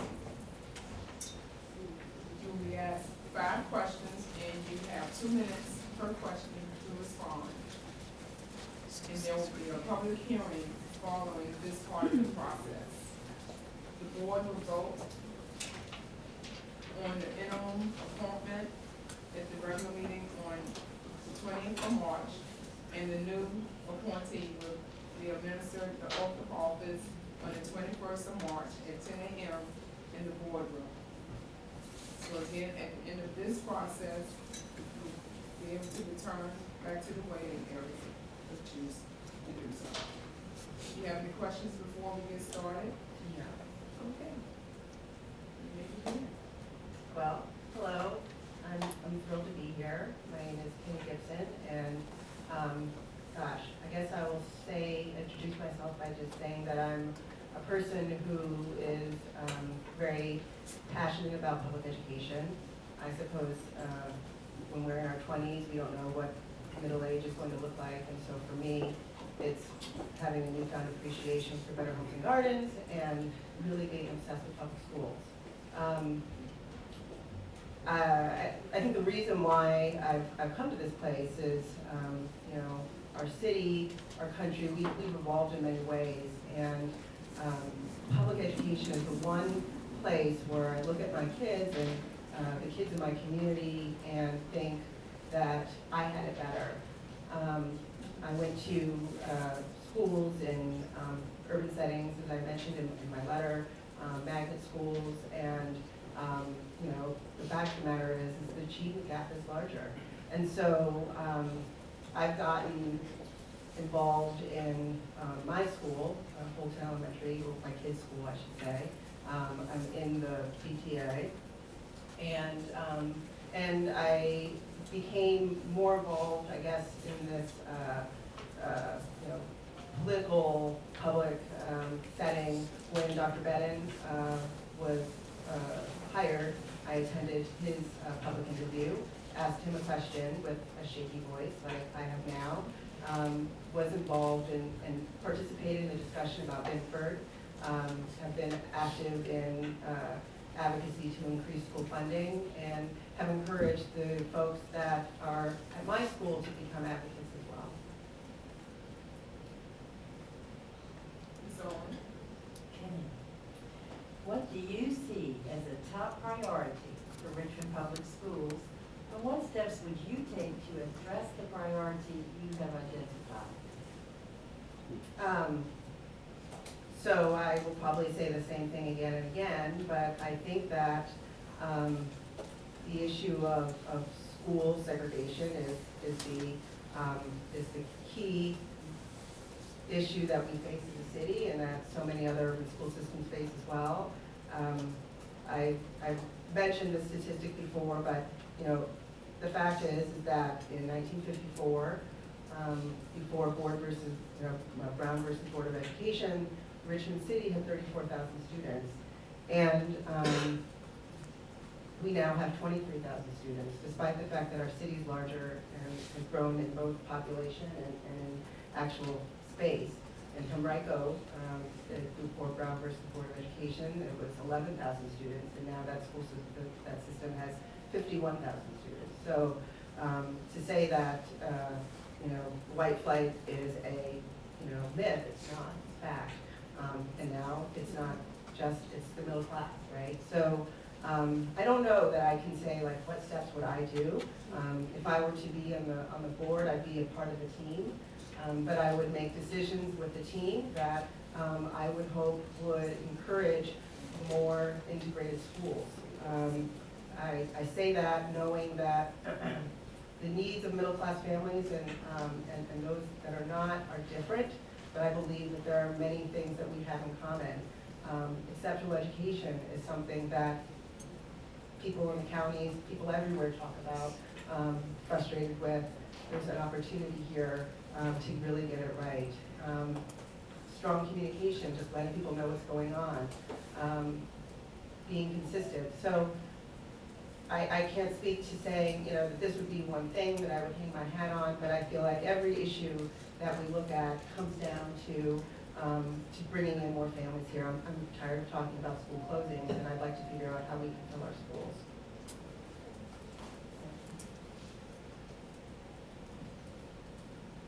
Good evening, Ms. Gibson. Can you describe the strongest asset we would bring that would strengthen our team and enhance our board's effectiveness? Well, I will say that, you know, I work in advertising, so as an advertiser, in order to have an effective campaign, you have to know your audience and know your client. being a parent at Linwood Holton, offers me the ability to be a part of a community that's very diverse and does represent many parts of the city at large.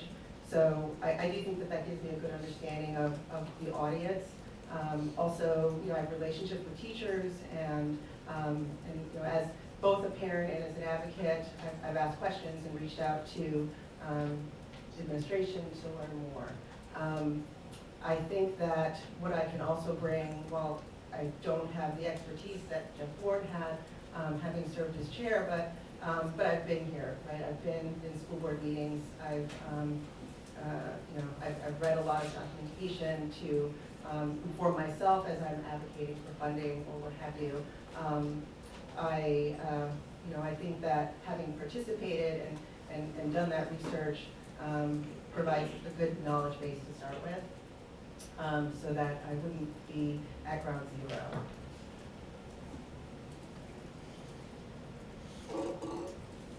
Thank you, Ms. Gibson. Can you speak a little bit about what you've done to advance public education? Well, my gosh, that seems like, I don't know that I can take credit for advancing public education. I can speak to what I've done, what I've advocated for. So I feel very strongly that schools need better funding. So I participated with efforts to increase funding at the city level. I became more informed about our facilities needs and attended meetings, community meetings about that the facilities task force had to make sure that folks knew what was going on in that respect. At my school, I've asked questions as it pertains to the curriculum. I've asked questions to understand the nuances of the IEP program. I read a lot, and I ask a lot of questions, and I'm not shy, and I've got to know a lot of great people in the process. I can't suggest that I've done anything personally to improve public education that, I guess I would never be so modest to think that I have, but I do my part because I feel like it's a really important issue. Ms. Gibson, thank you for applying. You said why you applied, but perhaps you can elaborate on that, please. So,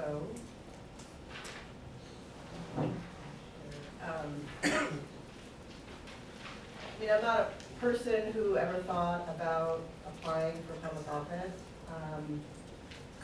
In fact, having attended so many school board meetings, that might disqualify me because I see how long they go, and I think that makes me a fool. But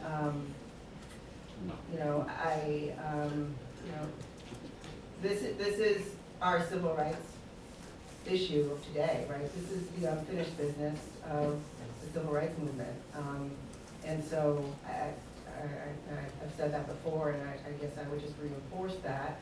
And I see that there's opportunity. This is a challenge that so many other cities are facing, but we have been making strides. I think there's more opportunity, and I guess too. I see that. I read an article about Patrick Henry when they were looking to replace the principal, right? And Marty Jewell said, the city really never had a conversation about race. And I don't know, maybe because I'm the next check, right? I'd like to have that conversation. I'd like to address the elephant in the room. I'd like to find ways that middle-class families and students from homes of poverty can be looking towards a common goal.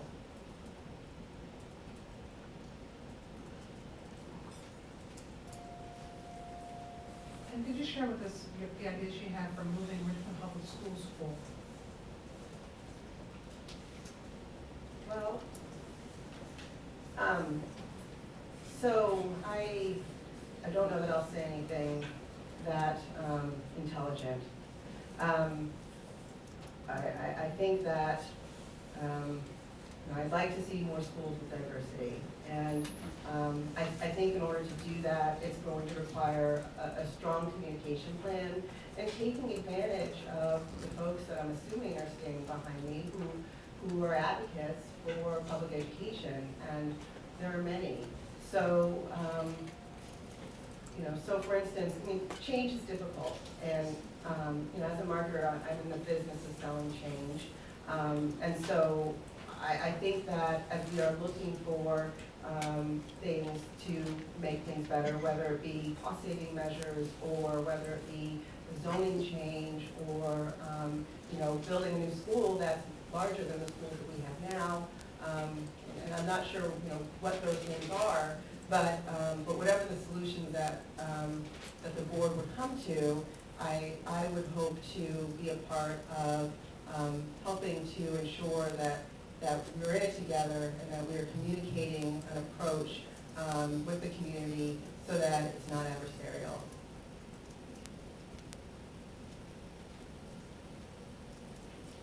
Ms. Gibson, thank you very much. This concludes this portion of the process. Thank you. Also, would like to recognize former board member Joan Mims, who has recently joined us, and former board member Mamie Taylor. I'd like to say welcome. Thank you. This concludes this part of the interview process to fill the vacancy of the 3rd District School Board seat. We will reconvene at 8 for public. Excuse me.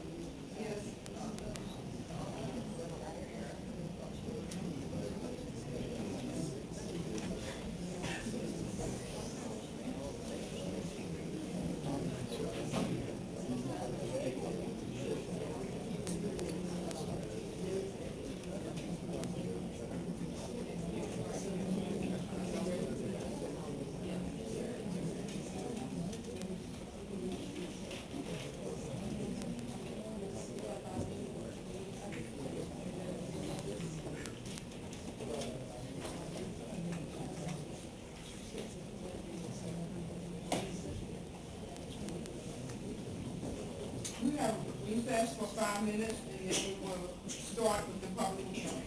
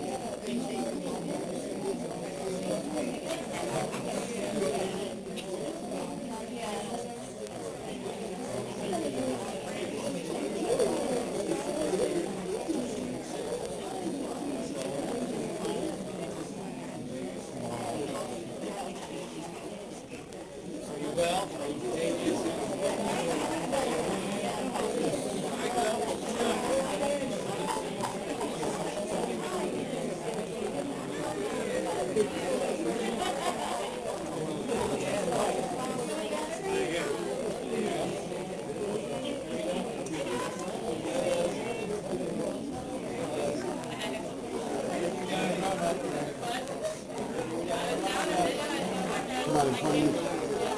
Come out in front of you.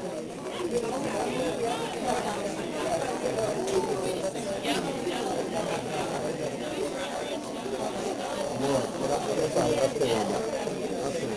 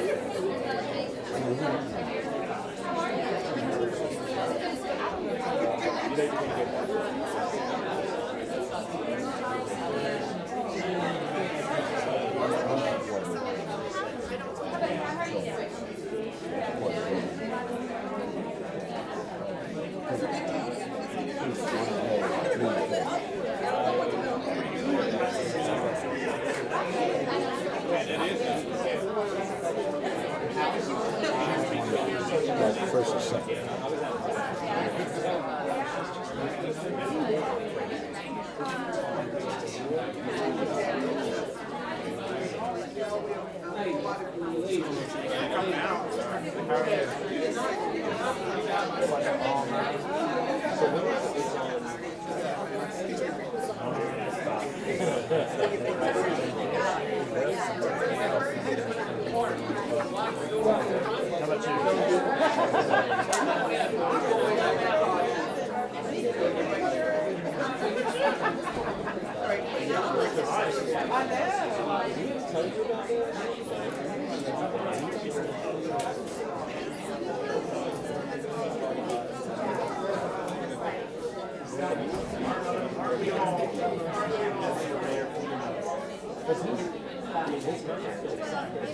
Yeah, they're negotiating.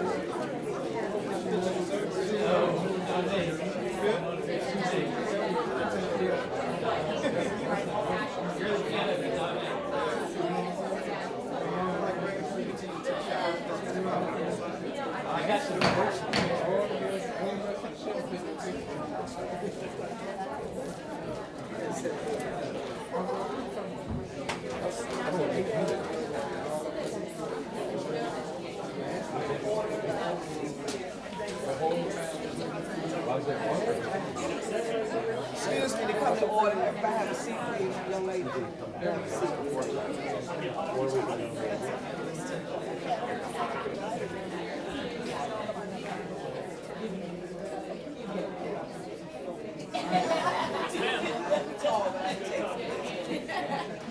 How you doing, baby? Good to see you. It's time to order, folks.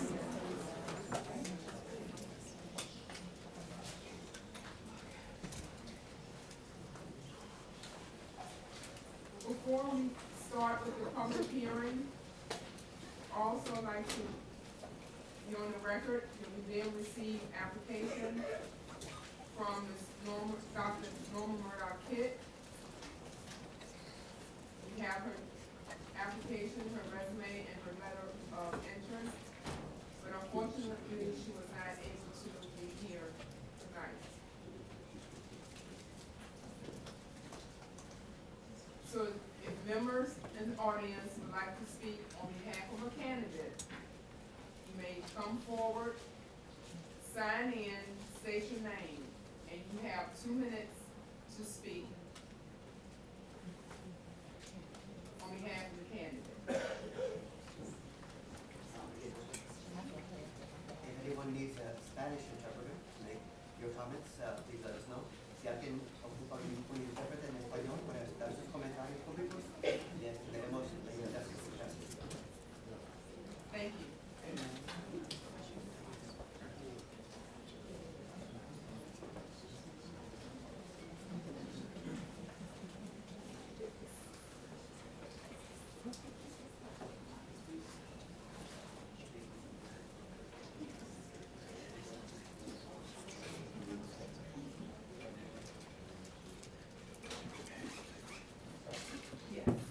Good evening, everyone. My name is Michael Hathaway. I'm a pastor in Richmond, Virginia, in the 3rd District, in 315 Chamberlain Avenue. The pastor of 8 years as well. We just opened up a community center in the last year in the same district. And I'm here to speak kind words on behalf of Nathaniel Fritz. He has been an intricate part in my church as well, in our community center. And I've listed a couple of things that he has helped out with. One of the main things is that we do an annual college trip where he single-handedly drove to Atlanta, Georgia to take a group of students who were prospecting going to college, to Morehouse College, where one of them are in their 2nd year and another will be going to school this year coming up. He is a grad from Morehouse, so with the gentleman that was able to go, he was actually able to get a 2-year scholarship with all of his tuition taken care of because of Nathaniel being able to help him through the process, migrating from high school to college. Another thing that he has been able to help us with is in our community center, we have a STEAM program that we just started, where we added arts to the STEM program. So a 6-week program that we received a grant for. And every Tuesday night, we'll be able to offer food, as well as a program of tutoring. So innocently, it's been a benefit that he's been able to get into the high schools, middle schools, and elementary schools in the district to be able to get the word out about that program.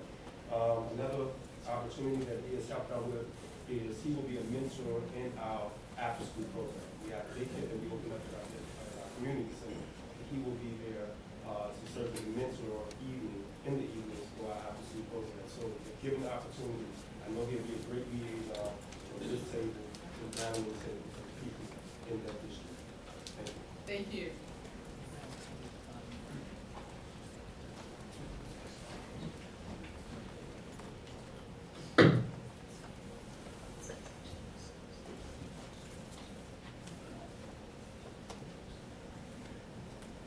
Good evening.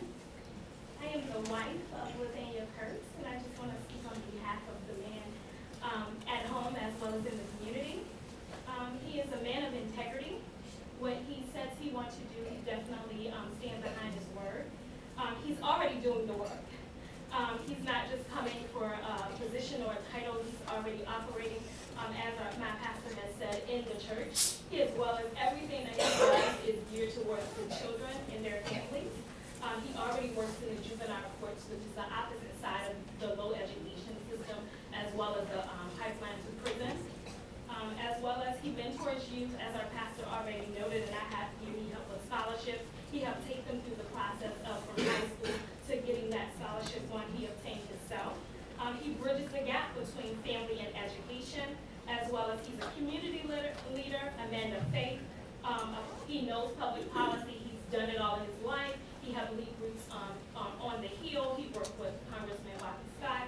He's already have the skill set that can add to the dynamic board. But most importantly, he's going to do what he said he's going to do. The pamphlet that he put together, please let him help implement that so that I can stop hearing about how excited he is to do it, how much he cares about the community, and how much he cares about the kids. Have an awesome night. Thank you. Ma'am, can you state your name? for the I'm so record? sorry. It's Marquita Kurtz.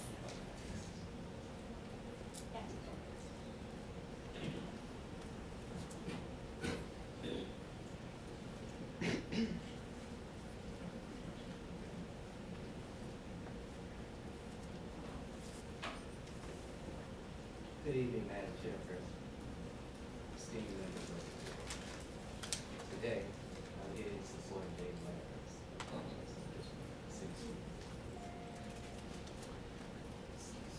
Yes. My name is Terry Pepper. There are a few things I can attest to about David. One is he comes from a family that is supportive of excellence in education. The other is David has tutored children in the Richmond Public Schools, and knows recently and directly of their educational needs and concerns. The third point I'd like to make is David has raised and nurtured 2 children of his own who continue to grow educationally. Mr. Lambert would like to see the Richmond School Board move in a more innovative policy direction to support children with such program ideas as having your children's eyes checked at certain ages. Please support David Lambert's appointment because this is the direction this potential appointee will lead our Richmond City School students. Thank you.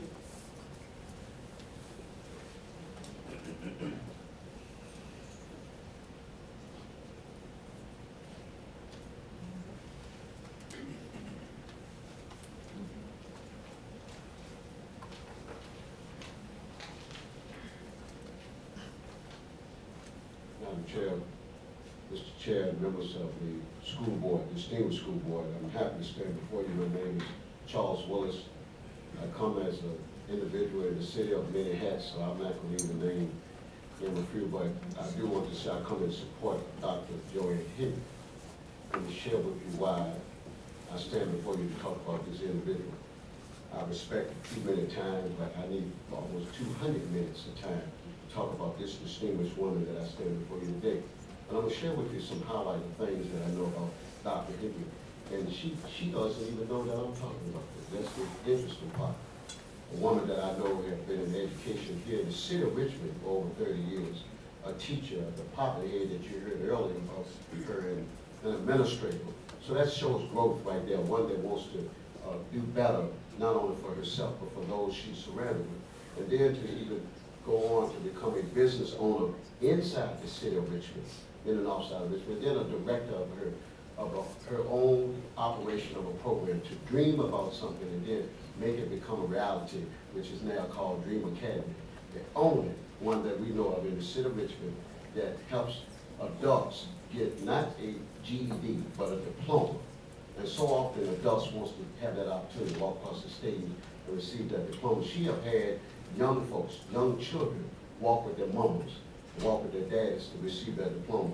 But also I want to share with you that she's also known in the community throughout Richmond and surrounding counties as a visionary and a motivator and a mentor. Mentoring and working with young folks and working with young ladies and helping them to be better young ladies and young men, to be that example you saw before you today. She's a good friend of mine, and I've been knowing her for quite a long time. She's an average woman. She's not one of much stature you can see. She's small piece, but she's firm and powerful when she speaks. And when she speaks well with confidence. She gives back to the community consistently, and she's a mother, a wife. All of those things that so many of you all are today, the average citizen. We have a new boy before us. I am one of the most happiest young men, and I mean very young man. That you got. Thank you. Thank you so much. And I'm happy to be a young man. Joanne here. Thank you.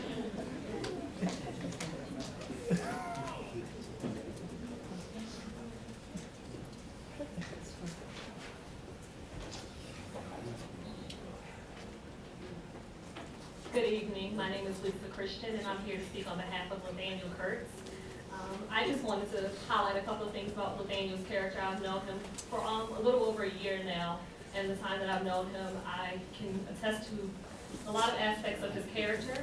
Some of which that I want. So the first one that I want to highlight is he's very passionate about kids. He's motivated and he has a heart for children and always advocates on their behalf. He encourages kids to be the best that they can be, always pushing them into the direction of being better than what they think they can be, and exceeding their own expectations, letting them know that there are no limits that may be placed on them by society, that they can break those limits. He's a community leader who's actively involved in the community. He's a team player. I worked with him on a couple of different teams within the community center that was referenced earlier, and he's always willing to get his hands dirty, pitch in wherever needed, and he makes any dirty job fun.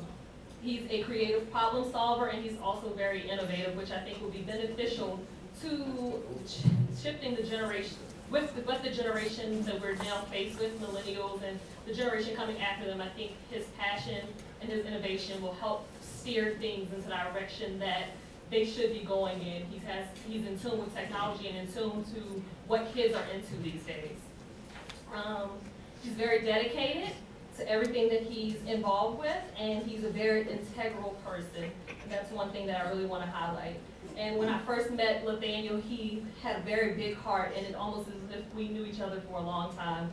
So I would like to say he has concern for all people, and has never met a stranger. It's very welcoming. Thank you. Thank you.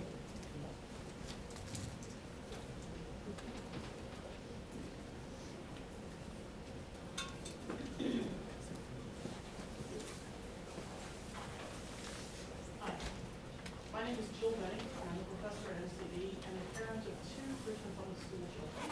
And I'm here to speak for Rob. I've known Rob for a decade, and what I can say to you is that he is a deliberate, intelligent, well-educated person who has devoted his entire career to students. You know from his CV that he is a public school teacher, and so you can tell that he has been interested in public education for his career. I can tell you personally that he's also interested in children and their success. I think that he would bring to the school board 2 different stakeholders, the interest of 2 different stakeholders, the public school teachers, as well as the parents, because he has a child in the Richmond Public Schools as well. I think he would do an excellent job, and he would benefit your group. Thank you.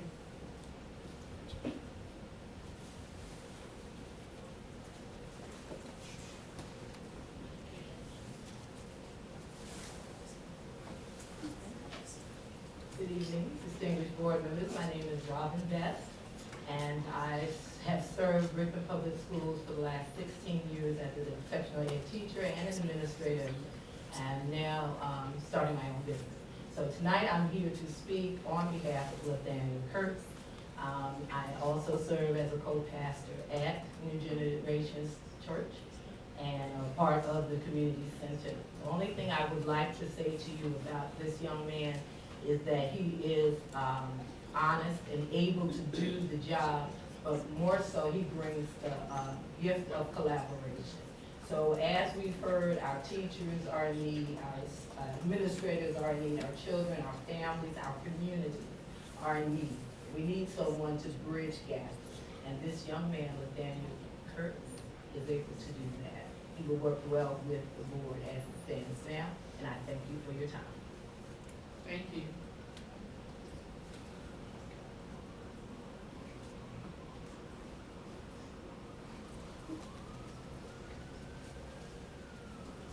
Hello. My name is Liz Gill.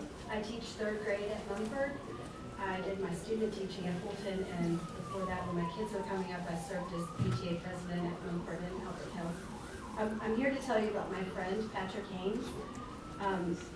First, I love teaching, and I'm grateful that I get to stay in my classroom and teach because you all are willing to serve in this role, so thank you.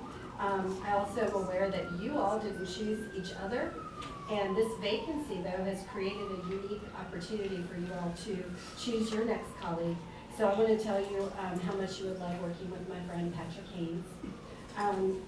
I've known him for more than 20 years. Our families celebrated birthdays together, shared beach houses, and volunteered together at swim meets, long swim meets. Patrick is a problem solver. He is peaceful. He's a man of integrity. He's honest. He's community-minded. He has an impeccable work ethic.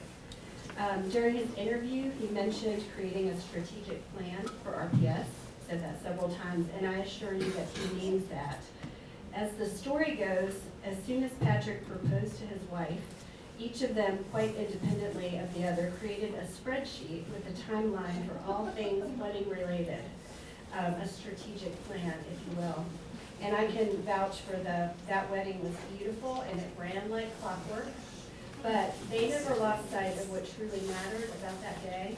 And I know that when Patrick helps you all create a strategic plan for RPS, that he will not lose sight of what truly matters for RPS, and that's our students. He will be an asset to this board and to RPS as a whole. Thank you. Thank you.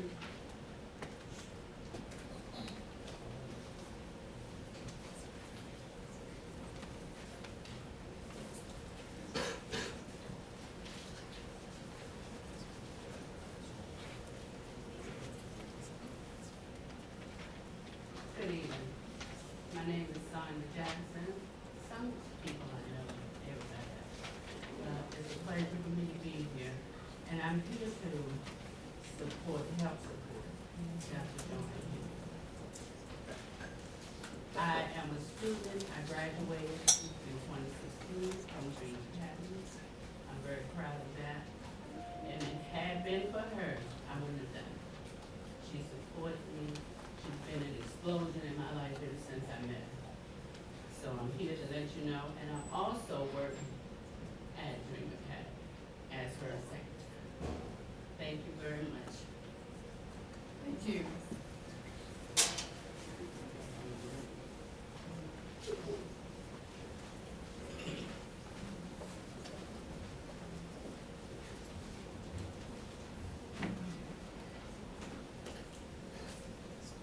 Good evening.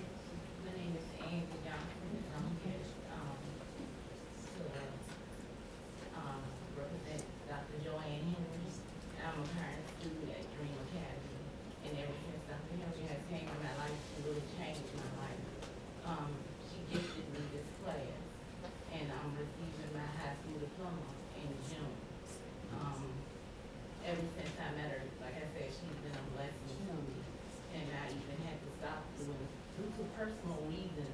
for about 3 months, and she welcomed me back with open arms. And, the people there helped Miss Jackson help, and they have utensils there for us to use.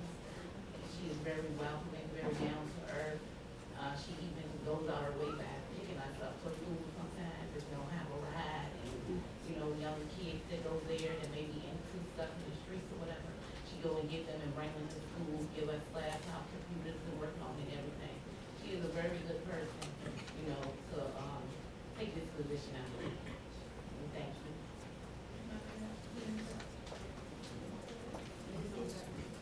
Okay, yeah, I just wanted y'all to know that she's a great person, and like I said, she is a blessing, and I believe that she will fill this position greatly. You know, because not only, is she good, she's good in the community and all aspects. And like I said, ever since I met her, she's been a blessing. I don't have to fuss her, anything, she call me, you know, if I'm not motivated to get up, she call me, hey, get up, come to school today. You know, so she is really the one in that. Thank you. Thank you.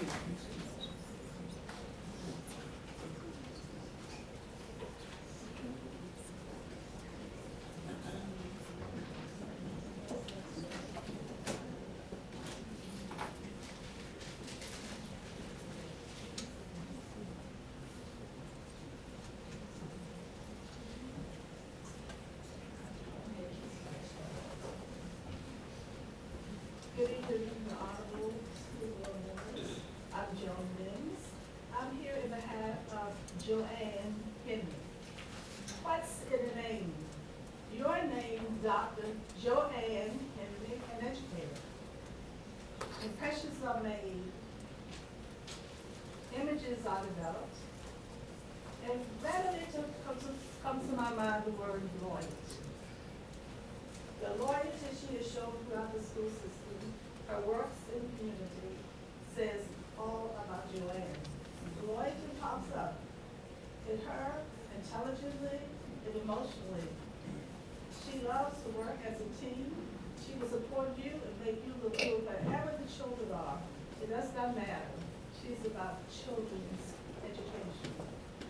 She wants to provide equal education opportunities to all school-age children attending Mitchell Public Schools.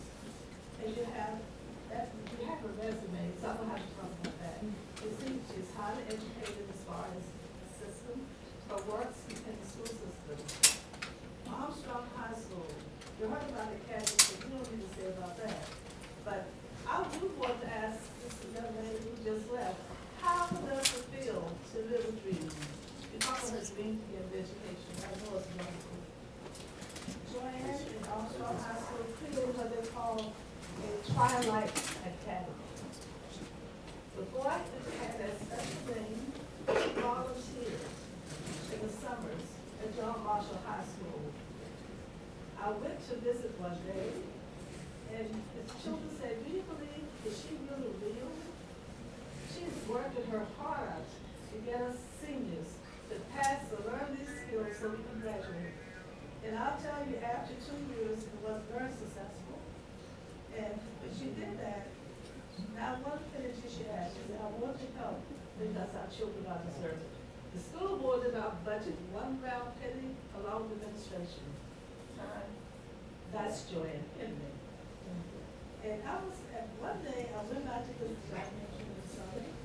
I happened to be on the school board at that time, and I like to see good things happen. So I went by John Marshall, and it made me think of this poem I have. I know some of you have heard it. It matters to this one. The author's unknown. It's about a little boy. He says, as I walked along the seashore, this young boy greeted me. He was tossing seashells of starfish back into the sea. So I asked, tell me, why do you bother? Why do you bother? There's so many this way. And the little boy stated, well, we might have many who need to go up. That is to me.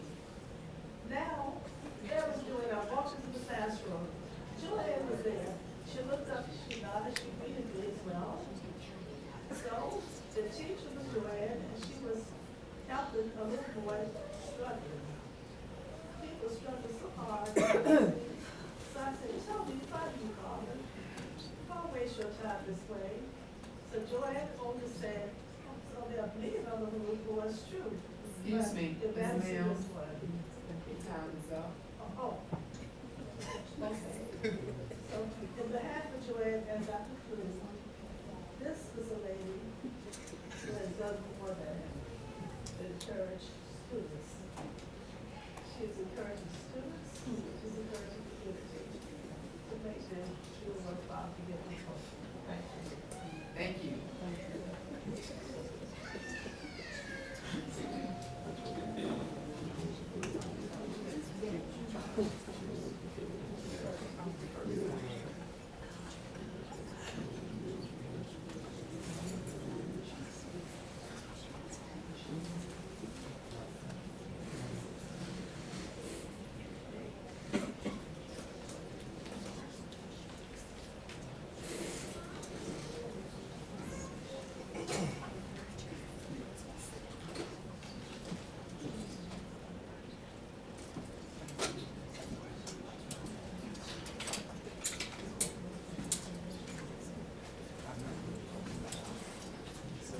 Good evening, school board. My name is Mariah White, and tonight I'm here because I'm for all third district candidates. I don't have one in particular. I like to say that I do know the area very well. I grew up there, and my dream started there at Henderson and John Marshall. I am a parent with a child in the third district, and I have a child in the second district. And I do live in the second district. This was not by choice, but I will go what was given to me. Yes, I am passionate about education because of my own personal reasons. But I want you to know, and what I want you to look at in selecting the third district school board, I need for you to look at the ongoing process that has not improved the classroom dynamics nor allowed teachers to teach. Take in consideration this hyper-segregated area, which illustrates integrated schools but segregated classrooms. See, third district needs someone who is not afraid or unwilling to be radical enough to make real and necessary changes. Someone who knows the community and culture and is familiar with the 8 different schools that they will be representing and will not single out one school. This will take a lot of work because some of you only have 2, some of you maybe 4 schools, which is no comparison to the 8 schools. Someone who doesn't mind walking the neighborhood and meeting the parents, and this includes the housing project, Gilman Court, because they are part of the third district. Someone who can build bridges between teachers and the community. This person must exhibit teamwork, respect, professionalism. They need to be aligned with the school system, vision, and mission. Someone who will uphold their oath. Not someone who wants to use this as a stepping stone for the next political gain or their own personal status. You see, this is not about political. This is about principles. I need someone who's willing to give our children a chance in the third district. There are at least 80% of your students that are economically disadvantaged and have disabilities. And this is based on data from the aspects of the RPS high school, which I already did the homework today. I'm asking you to fill this seat with someone who knows the aspirations and the expectations for the third district students and parents. Thank you. Thank you.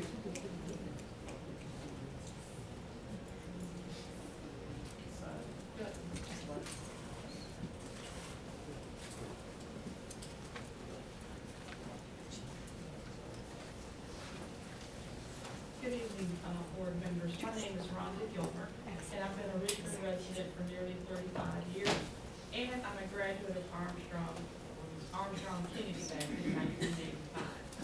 I'm a strong advocate for improving the academic curriculum and hiring and retaining highly skilled teachers and principals. I support Dr. Norma Murdoch-Kitt to be the interim third district school board member. I have had the pleasure of working with Dr. Murdoch-Kitt on a number of justice reform initiatives. I observed firsthand the drive that she has, her ability to cut to the chase, so to speak, to resolve issues. More importantly, I observed her compassion for children and their needs that are necessary to thrive in a healthy community. I remember her saying at one of our justice meetings, we were talking about incarceration, and she said, that is not a simple answer to addressing crime. We have to address the underlying issues. I strongly believe that Dr. Murdoch Kitt will demonstrate, as she did in her previous tenure as a board member, her commitment to addressing underlying issues that will help our students grow and put forth policies, practices, and funding requests that support a positive future for our students, our employees, our volunteers, and our community. Thank you. Thank you.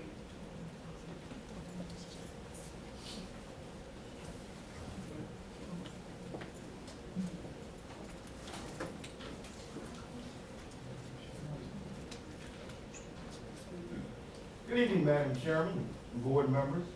I'm Johnny Walker, a lifetime resident of the city of Richmond. I grew up in the 3rd District. I know it very well. I come out this evening in the rain and sleet to support a candidate, Joanne Henry. She's a devoted and dedicated educator who genuinely cares about our children, the children of Richmond Public Schools.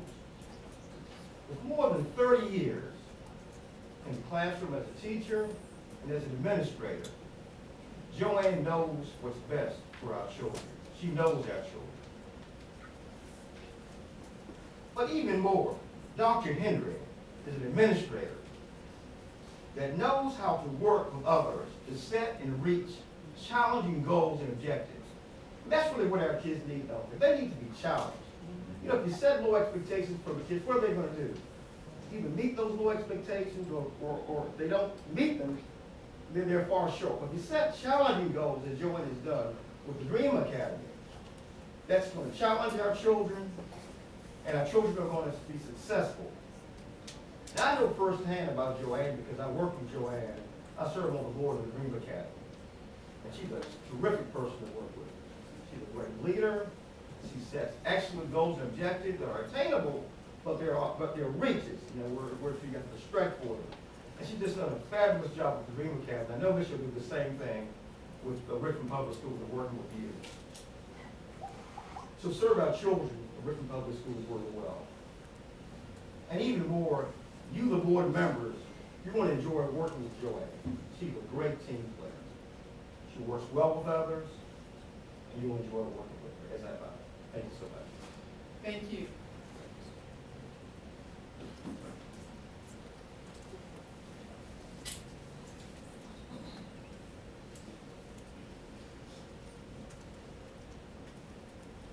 Good evening. I'm here in support of Kenya Gibson. I am a resident of the Rosedale neighborhood and Excuse me. yeah, State your name. Robin Keegan Claiborne. I have lived in Richmond nearly 20 years. I'm writing in hopes that you'll seriously consider Kenya's candidacy for the 3rd District seat on the school board. I have known Ms. Gibson for several years as a friend, neighbor, and Holton PTA participant. Our daughters are friends. My position of support is fairly unique. As a parent who has a student that attends Holton and a teacher that teaches at Gunner Park, she has often picked my brain about the differences in the two schools and how we can bridge the divide between the neighborhoods. They're 2 miles away from each other. She is not blind to the differences that exist. Her concerns about middle school and high school are strong and valid. She has a deep curiosity that stems from finding ways to bridge these two schools. She wants all of our North Side schools to improve. She wants ultimately our North Side community to grow, develop, and be happy and secure. She has a strong commitment to ensure everyone has access to quality education, safe buildings, and strong, nurturing environments. As Ms. Gibson's friend and neighbor, she has showed genuine interest in my perspective about our school system. I've been teaching nearly 20 years in RPS. Her eagerness to learn about the diversity of RPS shows me that she is not blind to the challenges that some of our families face. She offers inclusive solutions to some of the most challenging situations by engaging people. She's definitely a people person. She's open, reflective, empathetic, and incredibly approachable. She's bright, grounded, principled, and professional. Kenya and her family are invested in the city. She is a strong supporter of public education and has made sure her own children are involved in all of the offerings of RPS. I'd like to conclude that I really honestly feel she is a great candidate. I'm proud to support her and honored to know her. So please, thank you for your consideration. Thank you.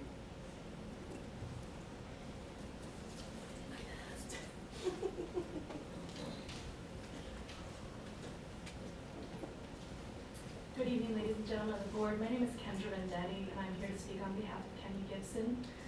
I've had the honor and privilege of working with Ms. Gibson on the Holton PTA executive board, where she has been serving as vice president, and I've been serving as secretary.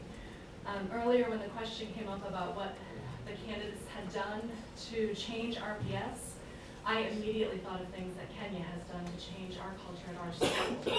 And one of the things that I think has been so amazing that she's done is she's really taken our PTA and really pushed us to become more engaging with community events and community activities.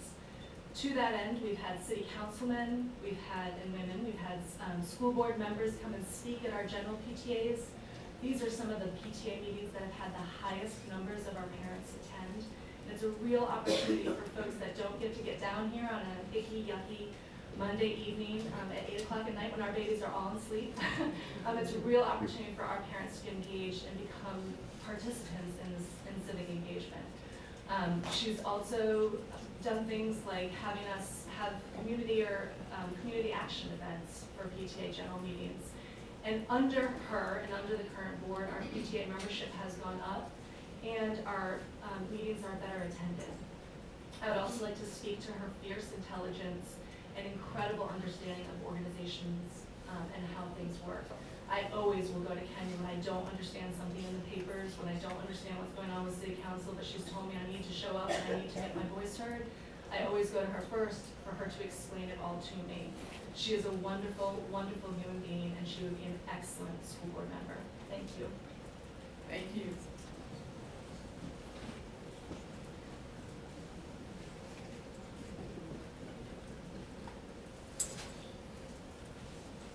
Good evening, Madam Chair and members of the school board. My name is Sushila Varkey. It's a southern name, so everybody should be able to get it.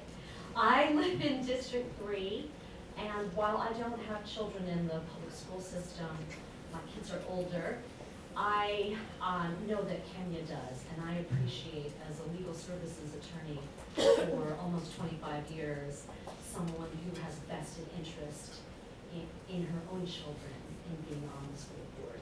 As a public interest and legal services attorney, I work for the Virginia Poverty Law Center. I know the importance of education to helping people be able to access legal services, better jobs, better lives. Thank you so much. I support Kenya Gibson. Thank you.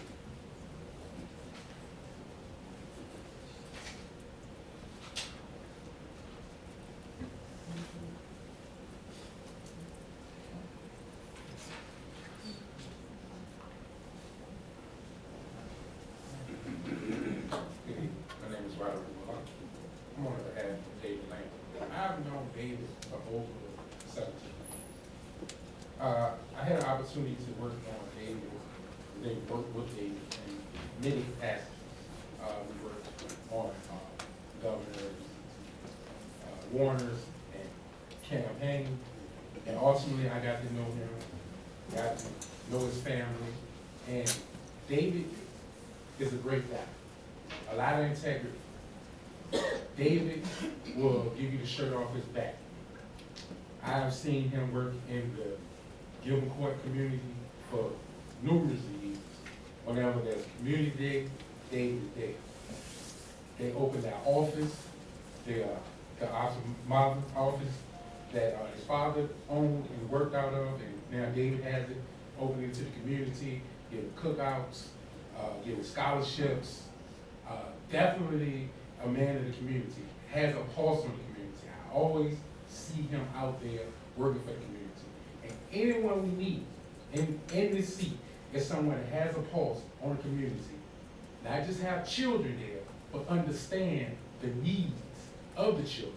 And one thing he said, he's the only one that gets the understanding that athletics is the key to the success of Richmond Public Schools and getting it back to where it needs to be and filling these seats. And ultimately, with his plan of getting these children back, and that's what I've been preaching for years, and David gets it. And I ultimately want to give him my support, and thank you and have a good day. Thank you.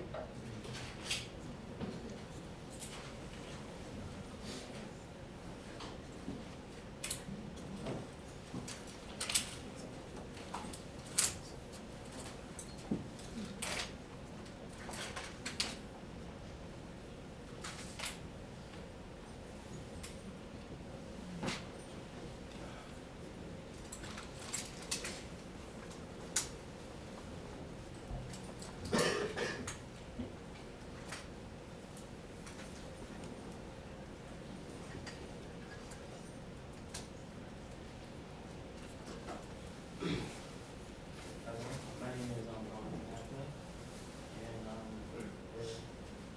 Nathaniel Kurtz, and I've known him for a couple of years. He's great with children and youth, and I go to his church, so I see him every day. He comes to our house sometimes, and he's a good person. And we took a trip to Morehouse College, and so to get some young students to go to college, because now some young students don't think about college, you know what I mean? So, and he did get one person to stay at Morehouse and be a student there. He knows that it takes more than money to do stuff in the community, and that's what a lot of people think today. He's a great person. He plays with me and my siblings, like teaches us stuff, and every time he sees it and he has the opportunity, he'll teach us stuff. So he does a lot of stuff in the community. He's not afraid to stand up for what's right. He knows like all the stuff that's in the community that needs to change. I used to go to a public school, so I know how it is. I attend a private school now. So, and one of the reasons I left is it was like too much in the system that was wrong. He knows how to change that.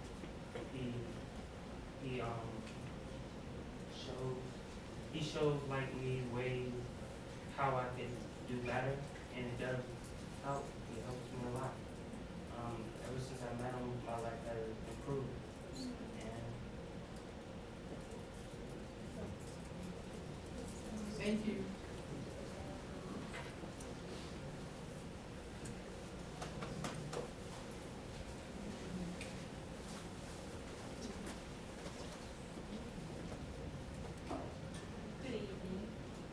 Good evening. My name is Adrena Woodson. I work at the Richmond Technical Center. I'm speaking on behalf of Dr. Joanne Henry. She has worked for Richmond Public Schools for over 25 years. We need a leader in Richmond that understands the concept of SOLs, standards of learning. Also, we need someone that understands our students. She is very passionate, she's highly effective. She's an honest person. She will put the pieces of the puzzle back together in Richmond, Virginia as a school board member in the 3rd District. Thank you. Thank you.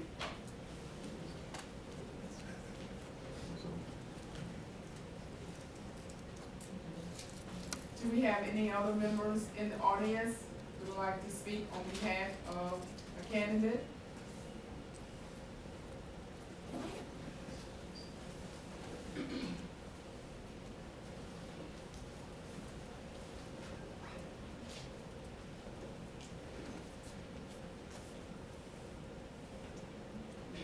You still have time if you would like to speak on behalf of the candidate.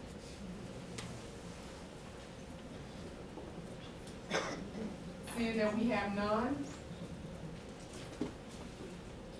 we'd like to thank everyone for participating in this process. And this now adjourns our special meeting. I'm sorry, public hearing.